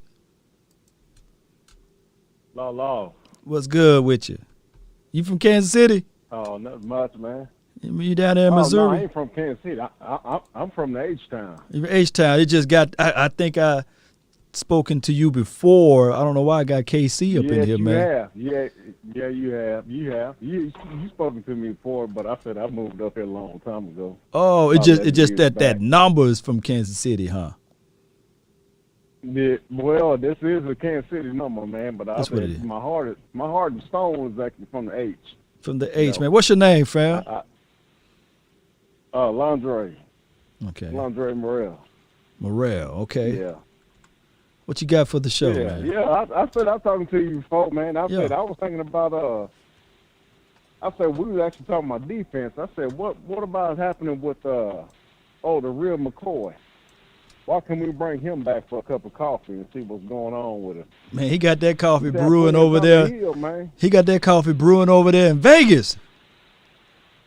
Yeah, he in Vegas, man. Time to heal, man. I said, what is he doing, man? I said, why old Jerry Jones can't bring him back, man? No, because the Raiders got him now. He ain't even touched the field. Yeah, McCoy done got signed and picked up on the Raiders. Yeah, he got signed and picked up by the Raiders, though. Oh, did he? Yeah, he's in Vegas, man. He chilling. Damn. Oh, man. In the heat. Damn. That's okay, man. I think Osa gonna do a good job this year, man. Osa and all of the other guys. Well, he should, man. He should. I said I actually had a lot of things that was actually going for McCoy. If he was actually healthy, man, I said that would help that defensive out. that defensive boast a lot because I said I know he was actually high on Neville Gallimore. Mm-hmm. But I said they both OU boys. Yeah. So I said, you know what? I said 1-1 are gonna know each other too. Yeah. So I said, you know what? I was like thinking this could be a good damn thing. But I said when Gallimore, not Gallimore when he got hurt, but McCoy got hurt, I was like, damn, man. I said I was actually already over here turning my head. I was bouncing and turning, man. Right. Right. I was like, damn. Yeah, he was on that ground for a minute, right? I thought something was gone. Yeah, he was rolling around. Yeah, I thought about that, man, but I was like, damn, man. I said I hated that shit. Yeah. And I said, I didn't mean to cuss, but I said, no, you good. I hated that actually happened. I hated that actually happened, man. Now I said I listened to y'all and Botch and Big Game James. I said I hear y'all a lot. I subscribe to a lot of y'all channels, so I sit back and peep y'all. Even during their work hours, man. I said I got an earpiece on in my ear, so I said everything's good at that point. I said I listen to y'all all the damn time. No doubt, man. Said, as far as that COVID stuff, hey, that COVID stuff is something else, man. But still is that if you got underlying systems that's actually going on with you, right? That's how that COVID gets you. That's how it gets to you. But I said, it's all actually in the will of the Lord. The Lord actually said, don't actually put no injections in your body. And I said, you ain't supposed to be using no needles either. That's actually in the prophecy, too. A lot of people don't actually understand that. Yeah. But I said, they're gonna find out the hard way. It's Pandora's box over here, man. We talk about that, man. There's a lot of gray area, man. Yeah. But I'm gonna tell people this, man. Stop eating a lot of sugary substance. I'm gonna go to the way that the Lord actually goes. I said what he actually says. He said not to put it in your body and not to actually take no injections because he said another thing too. He said never trust in your enemy. So you got to find out who your enemy is. But I said I'm not gonna go into detail about it. So it is what it is. No doubt, Morrell, man. But, hey, I appreciate you for calling in. I got some more callers in here, man. But I appreciate you so much, brother. All right, Law. I say you continue doing your damn thing, man. And I said, man, it was nice to actually hear from you. I'm glad I actually got to get a call back from you, man. No doubt, man. Appreciate you. That was a good call from him, man. I got the 682. You've been waiting patiently over here. What you got for the wonderful show? What's going on, Law? My beer, brother. Nothing much, man. Beer gang all day, every day. Beer gang all day. I'm gonna be quick and I'm gonna be on point today. Right. I'm gonna stay on topic. Right. Your 5 cuts definitely gonna be Cooper Rush. Okay. I think they still got a little love for DiNucci. You know, that last little drive he made a few plays. DiNucci got a little something to him. His timing needs to get better. His footwork needs to get better. He needs to be more confident in what he sees. Uh-huh. So I believe Cooper Rush will be cut. I also believe you took the words right out of my mouth talking about continue to watch these preseason games. Right. And these backup quarterbacks. Continue to scour these games, people, if you want to see who should be the next quarterback, and we should start leaning on the Cowboys and their different circles where they allow to hear from us, such as these, about those backup quarterbacks that we see. When it comes to the cornerbacks, I believe that's where the cuts are coming. They're not coming on the linebacker core. Again, we got an extra game this season. Jalen is still serviceable and is still a better linebacker than Gifford. And we're not going to cut Cox. No. And we need that depth. So Jalen still stays on the team. The cuts come from the cornerback. DeAndre Burton will be cut. Yeah. I see either Brown or Lewis either getting traded or cut. It's too much money going to them guys, and we're not seeing them on the field. And the reason we're not seeing them on the field, they want to see how the young guys are going to perform. If they continue to perform in the manner in which they do, we're going to see something happen there. Man, I hate to slow you down, but, you know, the first opening drive series against the Cards was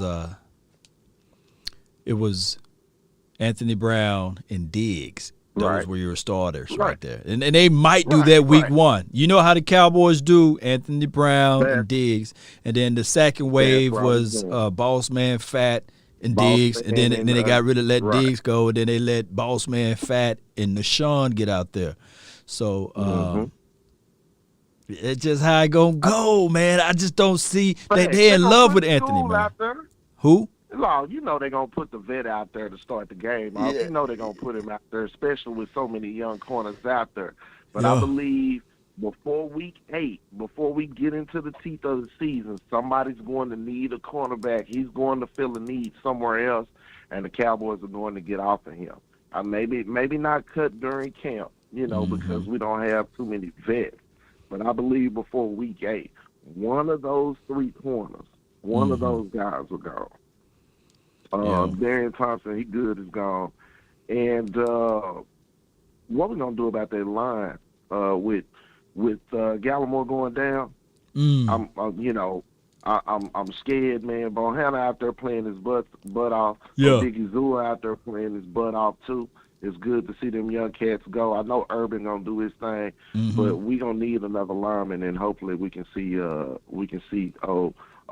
Big Watkins come through here. I mean, not Watkins. What's his name? Carlos, or are you talking about Tristan Hill?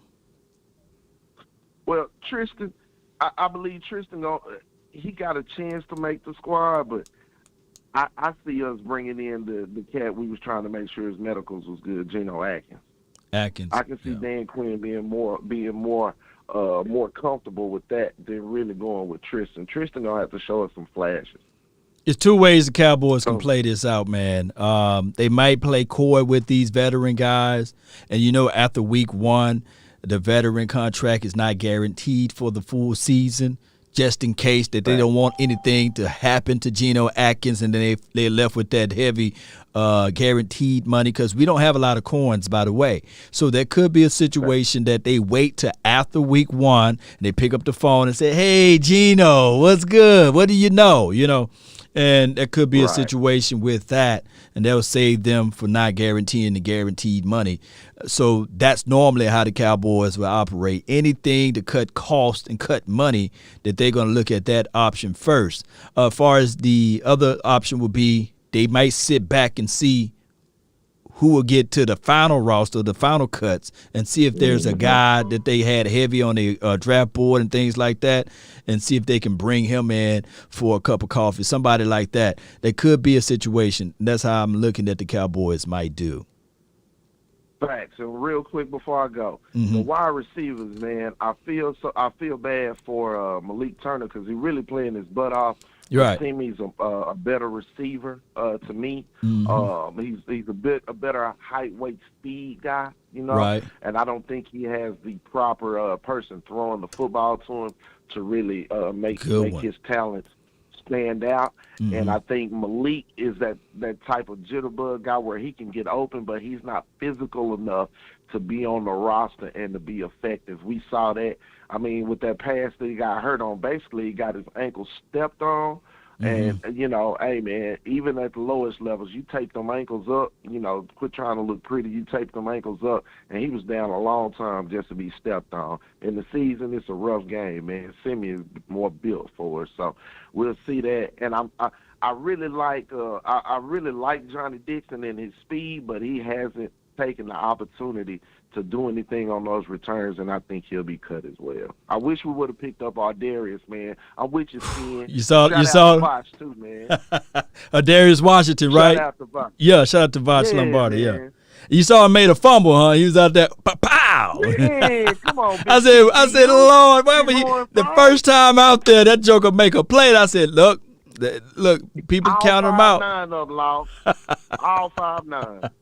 All right, man. I appreciate the time, Law. Salute, man. To you, bro. Up. Cowboy up, baby. Yeah.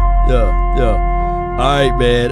Let me see who else we got here. Appreciate y'all for jumping in and being in a part of this episode here. I got the infamous, I'm talking about the legend, Uncle Charles in the house. What's good? What's up, Law? What's going on, man? Yo, man, it's your world, man. It's your world. man, this is a great show. And let me just piggyback off what was said. Let me just say this. In all seriousness, I know people, like Uncle Charles come on here, and he get all off the track, and, and sometimes I do. They know me. They love me, and I love my Cowboy brothers and sisters. But let me say this. Mm-hmm. Listen, we got to protect ourselves out here. Right. This COVID is no joke, bro. It's no joke. Let me explain this to you. I had a family member that had it, okay? She had to quarantine for a while, and her and her husband, and they better now. Let me tell you something. Even if you don't believe in God, maybe you might believe in science.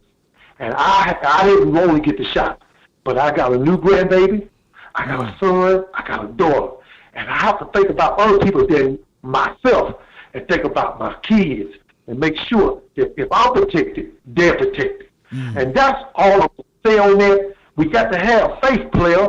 Let me explain something to you. If you put inside of a cage with a man-eating lion and you love animals and God give you a stick, well, I think you need to have enough faith with that stick than that man-eating lion. You think he gives a doggone, whether you got a stick or not, he got all the faith because you look like a snake. He don't care. He don't give a damn. Let me explain something to you, man. Far as cutting or let somebody go, you would want to keep everybody. But unfortunately, that's the way the business goes. The first person needs to go is Ben the new chief. The new chief. He got to go. We need to rush him on out the gate. We need to rush him on out. And I'll tell you right now, give RG3 a call. Just give him a call. Keep the other quarterback. I can't think his name. But give RG3 a call. We need a veteran quarterback on this team that can help that, in case he had to miss 2 or 3 games. Right. Now, in saying that, getting back to faith, Jeffrey Dahmer was eat people. He didn't give a damn what flavor you was. Only thing he knows is to go to the store and get some A1 sauce with some biscuits and some gravy. And that's all he knows. But he had faith in what he was doing. Even though it was wrong, he thought he did. And let me just say this in closing. Cowboy Nation, we got to have faith in our team. I know Jerry Jones will run you crazy. He'll have you looking old like him if you keep on listening to him. But we got to have faith. I think we're going to be fine. And in a small closing, I want to say this to you, Lord. I think I need to go to bed more early at night, Lord. I saw my first midget jello fighting contest, and it was very light, Lord. And after the fight, they asked one of the midgets, "What do you do in your spare time?"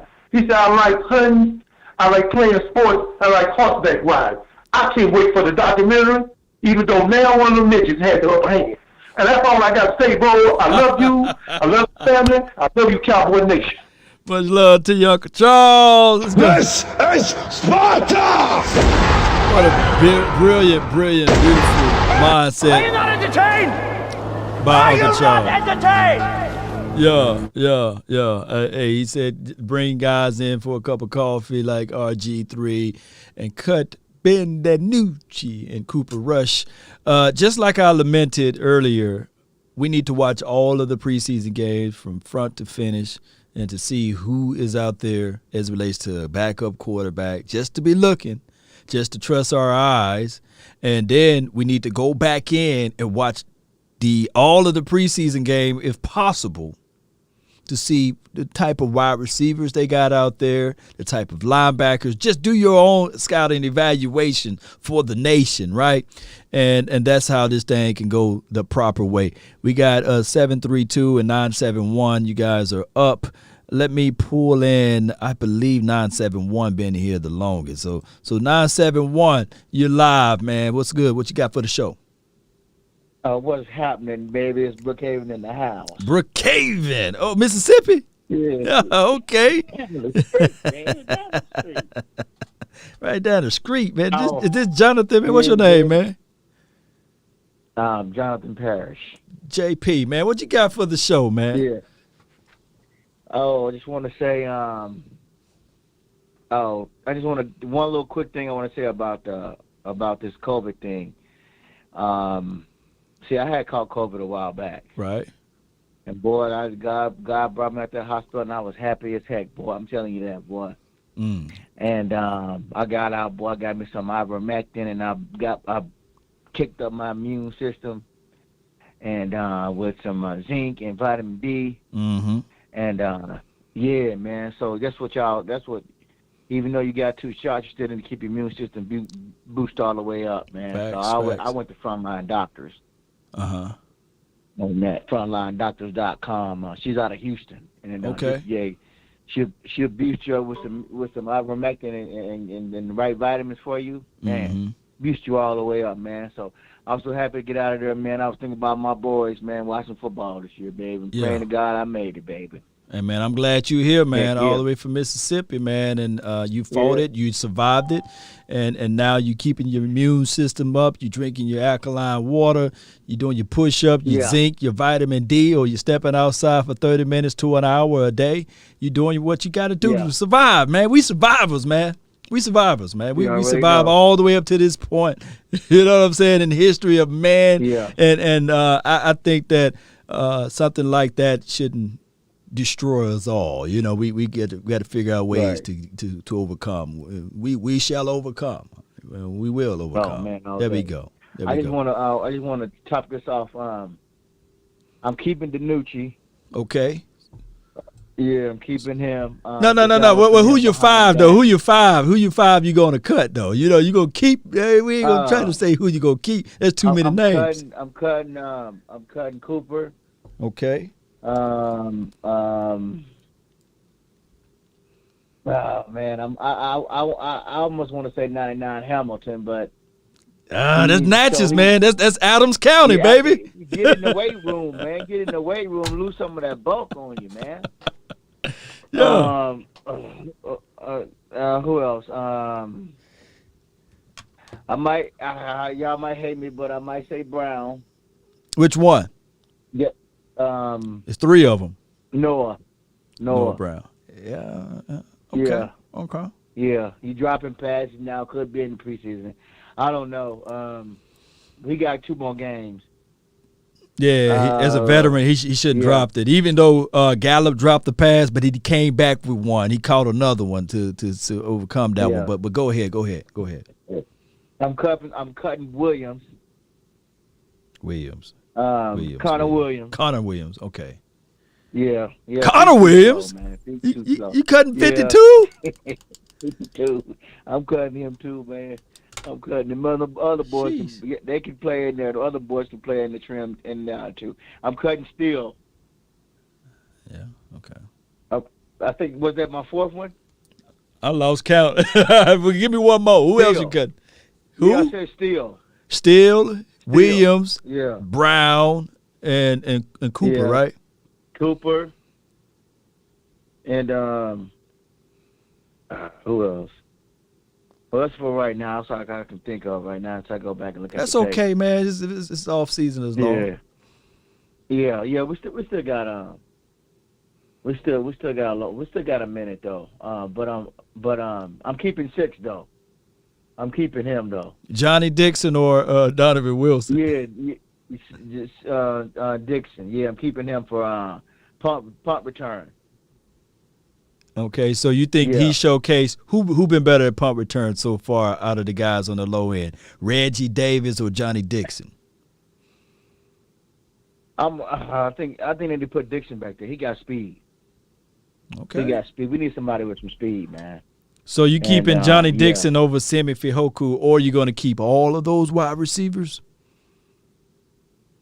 Yeah, that comes the situation there, man. Well, I'm trying to. I'm probably cut a couple of wide receivers out of there, but this is the first wave. Go ahead and sign Vasher, huh? This is the first wave. You want Vasher, okay, and you want Dixon. That's why I mainly called though. Oh, okay. I want Vasher on the 53. Yeah, I don't give a dang how you do it. Put him on there.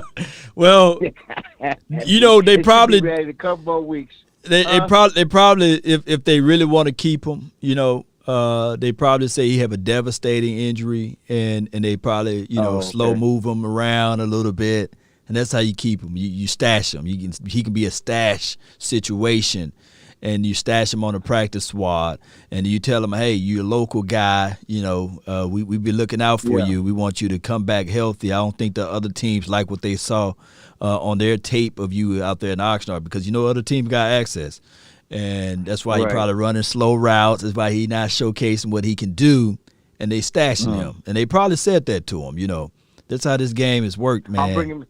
Who else? I'm bringing me in one more linebacker, though. Somebody from another team. I'm letting go. No, I'm sorry, I made a mistake. I'm letting go on 57. Luke Gifford. Yeah. Yeah, because 43 is looking good out there, man. Azur Kamara. Okay. Well, he looking good for what I can see, He's fast. I mean, he plays aggressive. He's a tiny guy comparable to the other linebackers, but I do like his special team play. So 43 is he's just trying to make it one way or another. But I can feel you on Luke Gifford. Man. I appreciate you for calling in, man, from Brookhaven, man. Appreciate you. Okay, man. Hey, one more thing. You gonna do anything? What you gonna do about what the record gonna be? What you going on the schedule this time? Before we start or before the season starts? Let's say we're going to say that episode right before the first game. How about that? That week of the first game, I give you guys my schedule prediction. Yeah, keep in touch, man. I put that knowledge on you, man. I'll be watching tape, baby. Appreciate you, JP. Hey, just keep me on my toes, man. I promise you. I'm going to try to keep it there myself. Are you from Natchez? Yeah, Adams County, man. Look me up, Lawrence C. Thomas, man. Yeah, we probably played y'all. Brookhaven played y'all. Yeah, we probably put it on y'all a couple times. Come on, man. Look, we won state in 98, 99. Oh, 98? Yeah. Then. Come on, man. Come on with it. Brookhaven. Y'all used to have some guys, man. What was it? Was it Coach Floyd out there? I forgot his name. What's the legendary coach over there? Coach Coleman. Yeah. Hey, we used to have London Bryce came out of there. Yeah. He played for Dallas. Yeah. He played. He was checking Michael Irvin back in them days. I already know. But we'll find out, man. Shout out to Brookhaven, man. Appreciate you for calling in, JP. Bro. Shout out to you. Show. All right, peace. Yeah, that's a good call from him. Are you not entertained? Come on, man. Are you not entertained? Long Beach. It was this Long Branch. Oh, I'm sorry. This is New Jersey. 732, you live. Hey, what's going on, Lord Nation? Nothing to it, man. Nothing to it. Talk to me. What you got for the show? Who your five guys? Who you cutting? I'd say my first five, I would definitely cut Cooper Rush. He got to go. Got to go. Okay. He's somebody who comes around on a preseason roster. It seems like I see him almost every year. He's got to go. Mm-hmm. He'll never be a viable backup. He's just something to fill a roster spot in preseason, but he'll never transition to anything valuable. And not for nothing, but I don't pray for my quarterback to go down any season anyway. Right. And I definitely wouldn't rely on Cooper Rush to do anything significant if he did go down. But do see a little spark in the other two young guys, so see hopefully how that materializes throughout the rest of the season. Right. I'd say the second guy would have to be Noah Brown. Another guy who's always on the roster come preseason, strong hands, but not fast enough to really get that separation and be a big downfield threat. Right. I think he could go. Right. The next guy I would have to say would be Anthony Brown. He can't play on the outside. To me, he's always been an ideal of a nickel corner. Yeah. But he'll never play on the outside. And I think with Nation Wright and Kelvin Joseph coming in, I think they should kind of battle it out for who's going to be the man on the outside. And the standalone, let him and what's the other guy? The guy we kept, the other cornerback that we kept. Let him and either one of those two battle it out for the nickel spot. The guy I'd we say kept. Darian Thompson. Okay. He should be cut. I like that guy, Amukamura, whatever his name is. But he showed some flash in preseason. I like the tape on him too. Yeah, Makamo. Yeah. Israel, Izzy. That's his nickname, Izzy. They call him Izzy. And another scenario I was thinking, because Cedric Wilson, he should go too. He's a good route runner. He'll never play on the outside. Maybe an ideal slot receiver because he does have some good route running.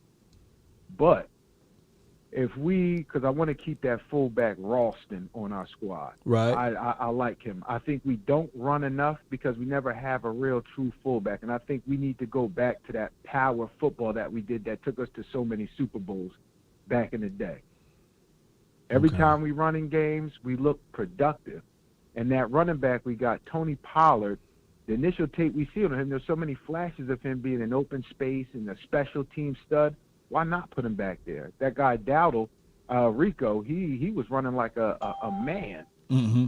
And I think with the rotation of them, I think he really provided a nice spark on special teams with Tony Pollard, and punt returns, because back in college he used to take them back. I mean, he played all over. So you will have needed is more. you will cut Cedric Wilson in the hopes to keep Tony Pollard and Rico as your kickoff and special teams guys, basically punt return guys, right? Well, I would keep him because I would definitely like to keep that guy Semi Fehoko. Over Cedric? Big, fast, physical. I just think he's somebody who, I think they'll always be depth positions, but I think Semi Fehoko has the potential to eventually develop into a long-time starter. But what if he's Noah Brown? But what if he turned into a Noah Brown? See, that's what we up against, though. We got to see a little bit more out of Semi, and right now, I just think that I think that you probably right on the head with the Noah Brown, but I think that Cedric Wilson probably have a more of a battle cry to stay on his team versus a Noah Brown because of his versatility in a special team to do the punt return, kickoff return situation, and you need Tony Pollard to be fresh Pollard. I don't think that you give Tony Pollard too many chances of doing that special team stuff. But I can feel you a little bit on Rico. I got this team with 3 running backs, by the way. Rico is one of them. And I like your assessment, though. I like your assessment, though, man. It's just that, man, cuts are always – you got some surprise cuts in there. So it's always a surprise, And we'll know where the direction of this team is going based on who are they getting rid of, So, I heard so that's many people weird. talking about getting rid of Jaylon Smith, which I think, regardless of how, I just don't think he's utilized correctly. But you can never go wrong with having a piece like him because we're not going to get something of equal value in return if we do let him go. So I think we just got to figure out how to utilize him, and I think having options, that's a beautiful thing. Yeah, I definitely would love to keep him because it's. Why throw that money out there? We're not going to trade him and get something of equal value in return. Right. In the sense of just letting him go and just eating that money up. Eating He's a $9 viable million. piece, and I think he can contribute. No doubt, man. Good call from Long Branch, man. What's your name, fam? Kelvin. Let me set your name right here. Put Kelvin in there from Long. You are from Long Branch, right? Yeah, Long Branch, New Jersey. I live in Georgia, but I still keep the same number. That's good, man. It's good to do that. Appreciate you for calling in, fam. All right, brother. Appreciate you, man. Love your show, man. Keep doing your thing. Thank you so much, man. That's a good call from Kelvin. Long Branch. Yeah, good call from him. 702, my dog, Daryl. What's good with you, man? What up, homeboy? Nothing to it, fam. What you got for the How show? you been? I'm doing great, man. I'm doing great. I got to call and check on you and the fam. The fam doing good too? Man, they doing good, man. They all wrapped up sleep with right all now. this crazy COVID thing, I got to check on my dog. Yeah. We Cowboys family got to stick together. So no doubt. I'll be watching you and working a lot. So I got to holler at you when I get time, homeboy. No doubt, Daryl. Who you got for your 5, man? Who your 5 guys? Who you cutting? Let's see. That number 6 got to go. Johnny Dixon, not Donovan Wilson, of course. Yeah. Yeah. Let's see. Who else? Trying to think. Well, I know we're going to keep McQuamu. Yeah. You better keep I know him. we're going to keep Jabril Cox because he played all right during the preseason game because I watched it. So, he played all right, There was a couple of hiccups in his game, but other than that, he did all right for a rookie, Right. So, and then, those 2 running backs, I know we're going to probably keep number 37 or Dow or whatever, but that there was a couple other ones I didn't really care for. Like Knox, he all right too, you know. Yeah. But not somebody that I'm like gonna cry over if we put him on the practice squad or something like that. Right. Who you think we're gonna cut? Well, those two other running backs, they probably be gone. The guy Brandon Knox and as well as the Hardy kid. Those two cuts right there. Of course, one of the Eubanks, he probably be gone. And, of course, you have Johnny Dixon. You got Osiris Mitchell. Those boys are gone. So it's just a crazy numbering right there of those guys going to be gone. But this is the first wave, though. First wave. Yeah. Well, I tell you what, though, Law, you know what I'm excited about? I'm excited about number 11. I'm excited about number 4. I'm really excited about this offense. Yeah. And I'm excited about this defense, and I'm also excited about Neville, even though he got hurt and he's going to be out 4 to 6 weeks or 8 weeks or something like that. But regardless of that, I think we're going to have a great year. Right. I think we're going to surprise a lot of people, barring we can stay healthy. My bold prediction for the year is we go 14-2. Okay, and we make the NFC Championship and possibly make it into the Super Bowl. But that's barring everybody stays healthy and Dak stays healthy. Okay. Yeah. Let's be real and honest. All right, about that. Okay. No doubt. But this offense, we got Ferraris and Porsches on our offense. You just better get ready. And Tampa Bay first week, we're gonna slap the taste out your mouth. Oh, Mr. Tom Brady, your ass gonna get gobbled up like a big Burger King bacon sandwich with mustard and ketchup on top. Okay? All right? And Mr. Kelvin Joseph, he was doing his thing. I watched him in the preseason game. He's going to be all right. He had a couple of hiccups, too. I think he's going to end up being our second starter opposite Diggs if he plays a little bit better than what he played in the Arizona game. Facts, but for a rookie, he did pretty good, Yeah. Now, Brown, I think he might get cut, but then again, they love their Anthony Brown, so we'll see, The way I see it is Steven and the rest of the organization up top need to have the cojones to just say bye-bye and play Maurice Kennedy too, because I watched some of the practices and he was picking off balls and doing his thing. So I think we should survive without old Anthony Brown, Mr. Getting Torched Anthony Brown. Okay? Get beat down, bro. All right? On that, okay? I put you like that. Yeah. But the way I see it, our Cowboys are going to be fine. The Cowboys Nation needs to just chill, just pray every day like you do. Put your faith in God like I do. And like I do, I say blessings and prayers for all Cowboys Nation. And I wish nothing but success and great, financial, hopes and dreams and have all the success in the world, because in this world, everybody needs that. Instead of all this negative crap that I hear going around in the world, and we need to just win another 6th and 7th and 8th and 9th Super Bowl and keep McCarthy here, and let's just keep it rolling and stay positive instead of all that negative crap. That's what I'm talking about, Darryl. That's what I think. Yeah. Okay, and that's my opinion.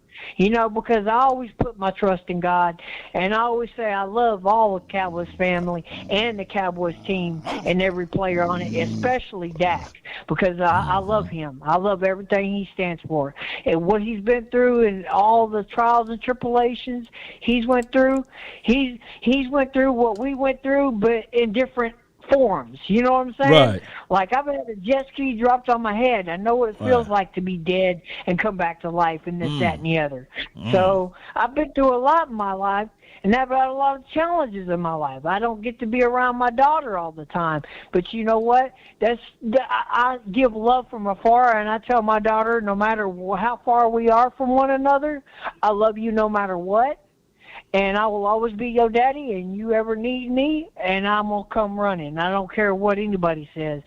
I love you, and I'm going to take care of you and do the best I can to show you that I can protect you and that I love you, and I want the best for you. And I hope you have all the success when I'm gone, and all your dreams, and all your happiness, and all your hope. And whatever you may go through in life, know that it'll make you stronger, and you grow from the experience. No doubt, Daryl, man. I really appreciate you so much, man. That's a lot of love and adulation that you have for your beautiful daughter. Appreciate you for calling in to Cowboys. Hype too, Talk, Paul. man. You know Appreciate that. you, man. We got much love for you, man. You're about to make us cry over here, man, with the storyline, man, for your mind, man. Hey, dog, I'm just being real. Like, I'm a real fan of you, and a real fan of the real Dallas Cowboys fans, because we all go through a lot, and you have to realize that no matter what somebody goes through, they have to learn from the experience to be able to change to make themselves better. And you don't grow by experiences. You know doubt, what I'm saying? man. Appreciate you. And Let me you get some become more a better callers in here. person Appreciate because you so much, Daryl. Appreciate you, man. All right. That's a good call from here. Amen.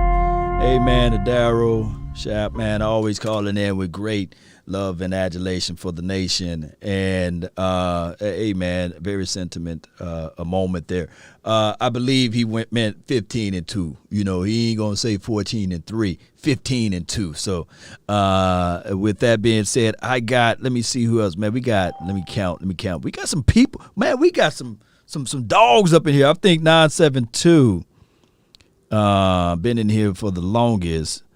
Morel, you already had a chance and opportunity to call in. I see your name in here. Let me see if I can get, because I don't know why this day don't put it in the order the right way. But 972, what's new?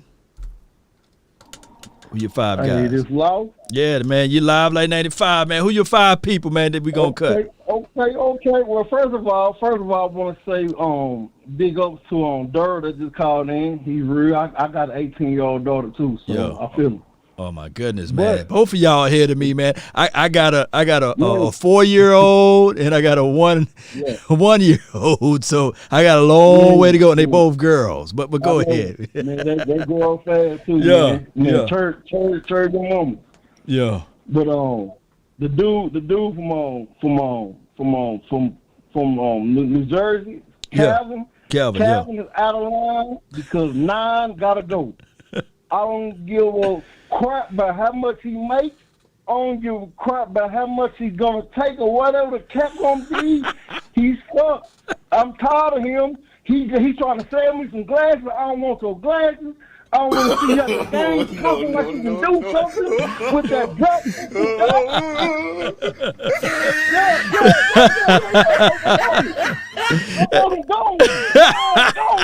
You want him go? Hey, you want him going in the league? Matter of fact, you can call me Willie D. I'm the cleanup man. I'm the clean his rocker. You don't put your name on there, Willie D. Willie D. Courtney Jones. Okay, the cuts, Russ, Jalen Smith, Barty, Brown, Tucker, Vassar, Brandon Jones. He doing all that holding. Get out of holding. I want Brandon Eagles. Gone. I want Nick Walton. Gone. Dixon, last one. I like Dixon. He's from Ohio State. I know they got talent, but look, he got to go. It's a more cuts, but that's about 10 of them right there. Hey, you gotta go, man. I'm gonna remember this segment, man. Somebody time stamp it so I can put this one back out there to the universe. But which Brown are you talking about? We got 3 of them. I'm talking about 30. I want Dan Quinn. He needs to get all that trash that we've been collecting these years. Jerry Jones talking about. He come out about 4 months ago talking about Jalen Smith, the harder idea. But no, he ain't. Stop lying to people. Got people, man. My homeboy named Alonzo. I'm going to send him this video because he's been talking to me about the last 5 months. I'm like Jalen Smith. When he first thought of Jalen Smith, I try to tell him, look, dude, I love him as a person. He's a cool person. Right. I want my team to excel. We can't do that with him on the field. He gotta go. He gotta get cut or benched.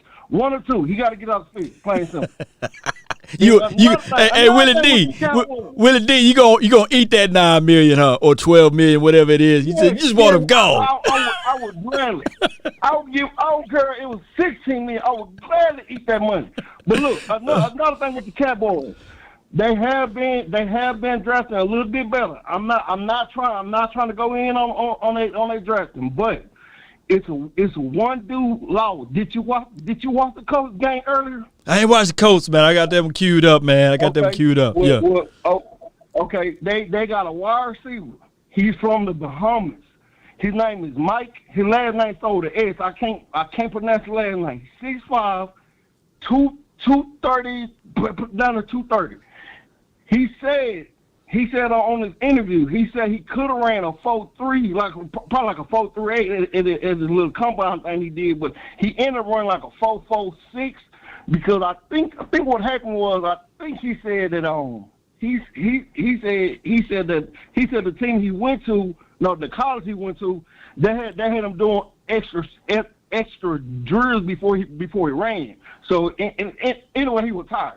But the dude can catch balls.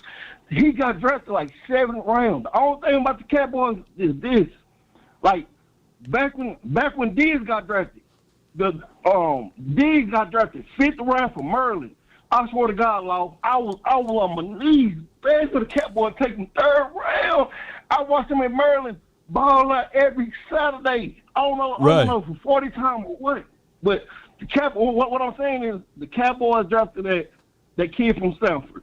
If they could have drafted that dude in the 5th round, he's gonna ball out with the Colts. Matter of fact, I'm gonna say his second year, he probably gonna be starting next year. The dude with Colts. I'm gonna watch it. He's what you call a hidden gem. In anyway, when I first heard about him, it was this coach dude I watched. Look, I watch a lot of YouTube. I watch all the Cowboy YouTube. I watch your show all the time. But this one dude, this dude for the Colts, he said this dude number 17. He said he been killing the practice, and he was killing the Panthers. So yeah, and go watch that. And Jalen Smith gone. Get up out of here, please. Appreciate you, Willie D, man. I know he said, get him up out here, please. Trash. Appreciate you, Willie D, man. Thank you so much. I got you saved in as Willie D. Go! I got you as go. All right, no. All right, bro. Appreciate you, man. Oh, my goodness, man. I want me some glory hole. That Willie D, man. All right, man. We got Keith, man. 817, you're live, man. What you got for the show? How you doing, man? Talk to me, man. Who your 5, man? Who you 5 want to get going, man? Go! My 5 got to be off top Anthony Brown because you can't put him outside and you can't put him in the nickel. And we kept Jordan Lewis, so I think Jordan Lewis is going to be our slot guy. Okay. And on top of that, I'm going to go with a trade because I would like to see I think Jalen Smith should stay, and I would trade LVE and possibly another corner so we can get some veteran help at the safety or a D tackle just to free up some space and money. Okay.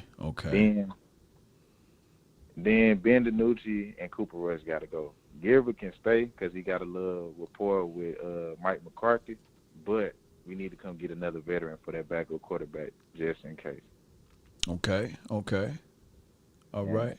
Semi got to go to the practice squad because he dropped at least 4 or 5 balls in that Arizona game and the Pittsburgh game before that. He fast and all, but he got to get his hands caught up with his feet because I ain't seen him catch the ball yet. Okay. TJ Vassar, I hope they move him up to the 53-man roster because I seen what he did in Texas Tech. That man gonna be a. And also, I got a question for you. If you're looking at that wide receiver core, honestly speaking, what you think they're gonna do with Amari Cooper after this year? Because he coming up on that cap, holding up a lot of money. It's predicated upon what Michael Gallup do. Michael Gallup right. and Lamb. Lamb is lining up on the outside independently by himself, and I saw that Lamb, whatever we seen what Gallup did in the past, like lining up by himself, ISO, not motioning, that is what we're going to see with Lamb, and then you will see Gallup inside the slot, who I believe he can run with those two-way goals. I think he can do that as well. He could be that guy, but my thing is Gallup have concentration issues. I don't know what it is. Right. Sometimes he got to get into a groove to start catching. If you ever noticed that by Gallup, and I don't want him going inside the middle a lot playing basketball with the football because I saw it against the Cards. So I don't want that ball to bounce up and then now it's an interception. At least when he played on the outside, he dropped a ball, is on the outside, it's out of bounds. So that's my only reservation. But it's depending on I think Cooper is going to come in. He already have a mental mindset that he's going to come in lighter. He said he want to play with less weight on him, so that'll make him a little bit faster. He's already been good anyhow, so we'll find out what he's going to do for the 2021 season with number 4 under center. Yeah, I think Dak and Gallup got that rapport with each other because anytime Dak want to go deep, 9 times out of 10 he going to the sideline to 13. Or maybe Cooper on the slant or approach. Right. Also, I really want your honest opinion. Is it LVE or Jaylon Smith? Because I'm tired of everybody hating on Jaylon Smith. But if you put Jaylon Smith on the outside on the tackle, he is going to sack the quarterback. If you run a stretch play, he is going to get to the running back, and then it'll be a game tackle. I ain't going to say he always hit, but it do be a game tackle. With LVE, the boy be lost in space sometimes. I like LVE in coverage a little bit better, and I like Jalen downhill, just saying, okay, we're going to destroy this play, we're going to hit. So we got to see how this coaching staff utilize both of these guys. Now, the thing is, you don't have to worry about LVE because he's still on his rookie's contract. And he's paying for a contract right now. So that's what he's playing for. So you might get lights out LVE, but if you get trash LVE, hurt LVE, or I can't play a full season LVE, is now going to be kumbaya LVE. So you don't have to really put both of those guys up against one another. Now, as far as Jaylon Smith, it's a situation whereas now people want return on their investment, and we only got invested like emotions, right? We followed the story. We see that he went through his progressions. But if we can get 2018 Jalen and LVE out there on the field for the 2021 season, that would be a plus for us. But we sitting back now watching. And now if these guys drop the ball, we're going to be looking at Parson and Jabril Cox. Fortunately, they are the future anyway. I can't wait to see what Jabril Cox got to hold. But I don't want LVE to turn into another Sean Lee for us and be waiting on that mystical year for him to come back from all these damn neck injuries and stuff. Yeah. But I would tell you this, though. In short, Sean Lee gave us more promise than LVE to this point, right? We knew that Sean Lee was Sean Lee, even at his stature and his size. Even though he run a 4.7, he was always around the field. He made crucial interceptions. He made crucial plays. We were winning, and it was just a matter of circumstances, which started off by the Seattle Seahawks, for crying out loud, that injured him. That was the first injury, and then everything else kind of like snowball rolled into the career of Sean Lee after that point.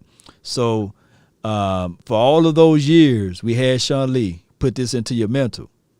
It was Sean Lee or bust. Think about this. Right.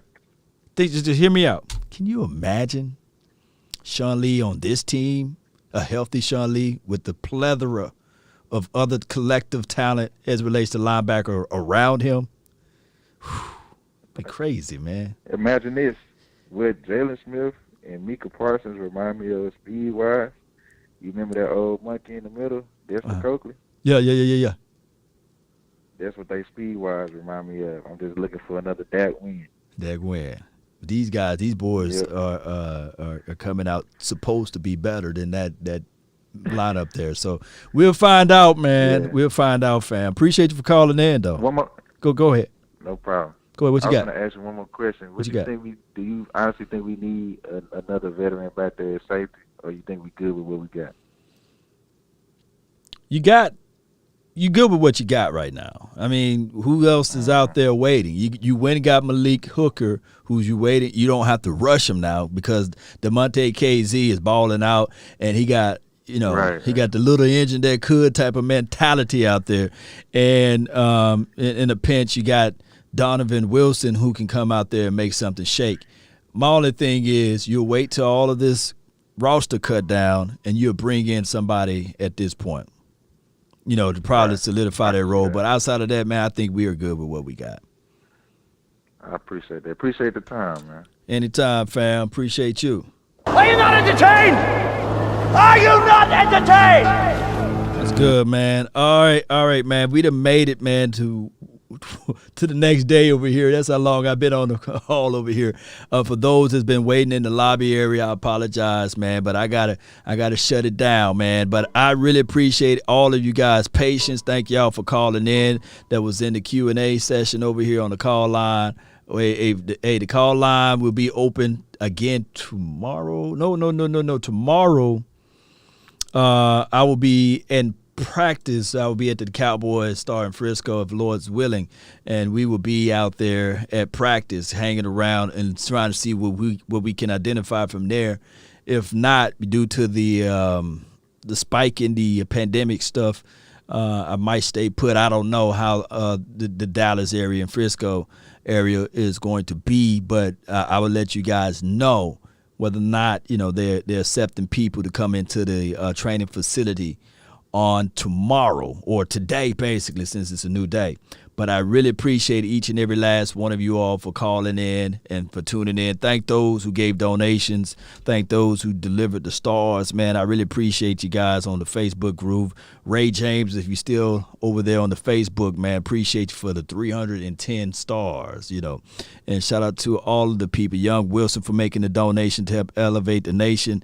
Let me see if I can unmute that. Appreciate you. He said hit that like button. Shout out to Thomas, man. Thank you so much for making your donation and contribution to the team over here. $4.99. He says cut Burden, cut Noah Brown, cut De'Arian Thompson, cut Brandon Knight, cut Tristan Hill, and that's my guess right there. That's from Thomas Leach. Shout out to you, Mercedes, for making another donation of $4.99. He says Coach Q. Only limited in practice law, law. We are never going to know what we have to these young guys. Yeah, I feel you what you're saying. I'm just trying to read through all of the comments for those who made the donations.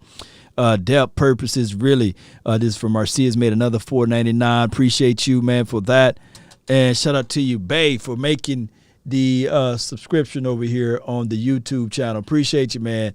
Thank you, everybody, for tuning in. Jay Versick, shout out to my dog. He says, Knight over tiredness, sucky. Yeah. Number 40 CR is solid. Yeah, he is solid. Is Jerry spending money this year? I think he's spent enough right now. I don't think we got any coins that's left. But if we do, man, let me know what you guys come up with. Thank you, everybody, for tuning in. I really do appreciate you guys so much, man. For growing the channel, especially on my YouTube page. I got to get 40,000 more. 40,000 more subscribers to get to 100,000, man. So I put my goal out there, and y'all know when you got a goal in mind, you set it, you try to destroy it, you try to make it possible and reachable. And I think with the help of you guys, we'll get there one way or another. And I was waiting on it. Yeah, appreciate the Sadiqua. Yeah. Turn me up. Let me see some fire emojis in the chat, if possible, man. If you guys can put some fire emojis in the chat. Y'all know how this thing goes. Shout out to everybody. Shout out to all of the mods, man. They out here working hard, man. Hey, your work is not going in vain, by the way. Whenever I do make it big, I got y'all for real, Let's go, Cowboy Nation. Y'all know how this thing rock. Y'all know how this thing roll.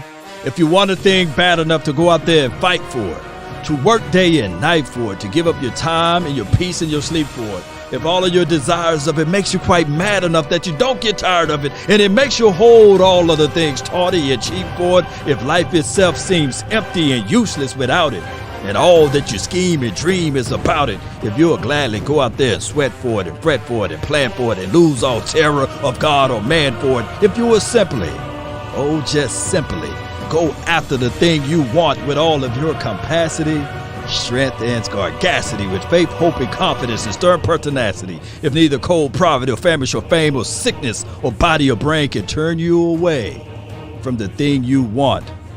If dogged and grim and proceed and beset it with the help of Almighty Cowboy Nation, those who are listening right now, even that Lombardi trophy, you can go out there and get it. Let's continue to grind and shine. That's been my time. My name is Law Nation. And remember, you're listening to nothing but the best. Turn me up.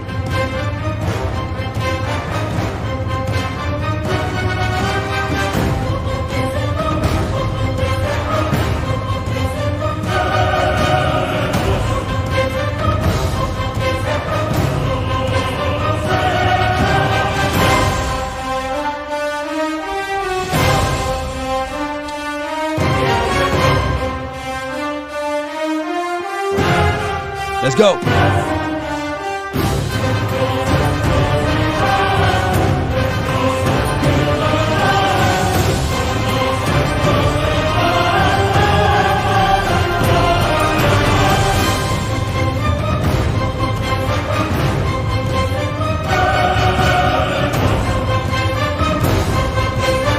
This is sport! Are you not entertained? Are you not entertained? I want me some glory hole.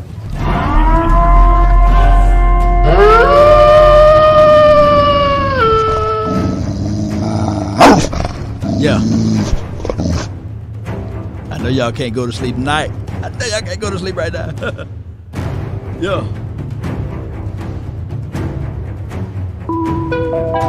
Yeah.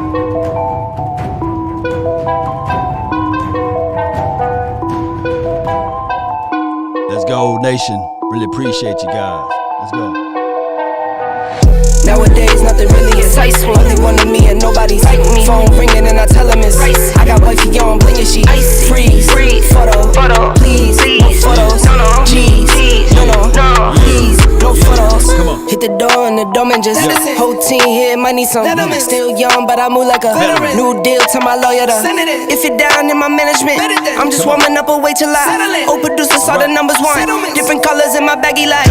Chalk it up, talk of the town when you're talking up. Wanna get you a ring and you tough enough. Wanna get you new things with your pockets dull. Run it up. I used to be quiet and out of luck. Now I move up and move humble cause the hate and the jealousy. My mama telling me count up your blessings and run it up. Nowadays nothing really excites me. Only one of me and nobody's like me. Phone ringing and I tell him it's ice. I got wifey on blingin' she ice. Freeze, photo, please, no photos. G's, no, please, no photos. I keep giving game away. I put game on layaway. I got paid to play today. I get paid to stay away. I get paid on rainy days. I might make it rain today. I got paid off pain today. Thought it'd take the pain away. In my own lane, single road. I would never sell my only soul. Heard your whole team was for sale. Heard this on the market for the low. Who the realest, we might never know. All this acting, you gon' play a role. Give you the world when they sign you up. Try you out and then they line you up. Now you're looking hungry, ribs are touching, need some food. Now you're all on live like this, surprised, but you was fool. Andy, what's good with your fam? It's been a day, now you're Auto in the house. Now you got the pen and pad, you're trying to take my move. Roscoe. Nowadays, nothing really excites me. Only one of me and nobody's like me. Phone ringing and I tell him it's ice. I got wifey. I ran up a check, I might do it again. Enemies close, watched all the way to this point, 10 and you toes have down, I'll be not free liked to the this end. Crib outside station. the city, I don't feel safe in my hands. Took so many years, I'm just waiting Shout for out the to you, wins. Darryl. I'm in debt to no one but the one who took my sins. I do it for real, it's no reason to pretend. If I do it once, I do it again. Add it up. If you're not subscribed to this channel, Add it up. I'm just doing me, everything is on me. Oh, you matter what? Add it up.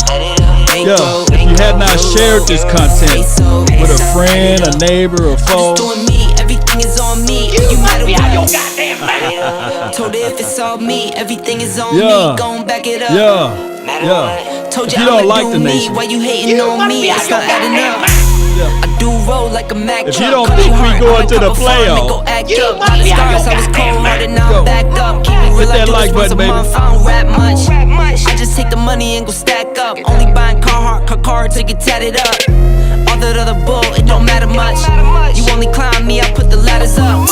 No fault, I done doubled up on the workload. I think I fell in love with the bankroll. Pray up, get money, then we lay low. Add it up, bankroll, euro, peso. Add it up, I'm just doing me, everything is on me. No matter what. Add it up, bankroll, euro, peso. Add it up, I'm just doing me, everything is on me. Oh, you matter what. We out. If it's all me, everything is on me. Gon' back it up. Told you I'ma do me. Why you hating on me? It's not adding up. Told her if it's all me, everything is on me. Gon' back it up. Matter what. Told you I'ma do me. Why you hating on me? Yeah. Y'all mellow now, baby. Appreciate you. Roderick, appreciate you. Shout out to all of the stars out there. Izzy, I see you. Priscillas, appreciate you. Or Priscilla, I see you. Dallas, what's good with you, man? Taurus Jones, appreciate you. Big Fats, I see you, man. Let's go. Take a drag of my cigarette. Breathe me out, breathe you in. Miss Jessica, Lady Jessica of the house, appreciate you. Yeah, come on. Take a bite of my burger, babe. All right. Save the last bite for Roderick, I see you. Let's grind for your mind. Don't let the street lights. David says go get Geno Atkins right now. Let's go do it. Shout out to you, Damon. To go alone. Don't let the street Jay Thurston. Jesse. Let's go. Kelvin, I see you, fam. I'll follow wherever you go, whatever you do. Play it too. Sweet Texas guy, I see you. Let's go. 7 years of the perfect love. Esteban, appreciate you. Caesar, stolen laptop. Let's continue to grind. Let's go. I see you, fam. Shout out to Mark. I think the episode of Hard Knocks come on, I believe, Tuesday night.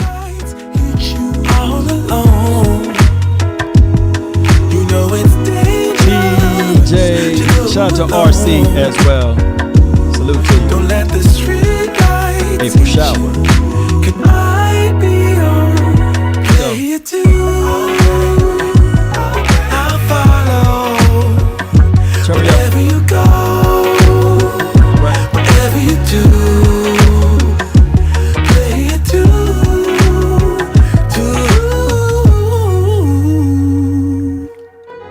If a paper crane can fly, Much love to you, Harold. Appreciate you. it doesn't feel that far. So far, so far. If a paper crane can fly, then forever doesn't feel that far. So far, so far. If a paper crane can fly, fly on, fly on, fly on, fly on, fly on. And remember, you're listening to nothing but the best.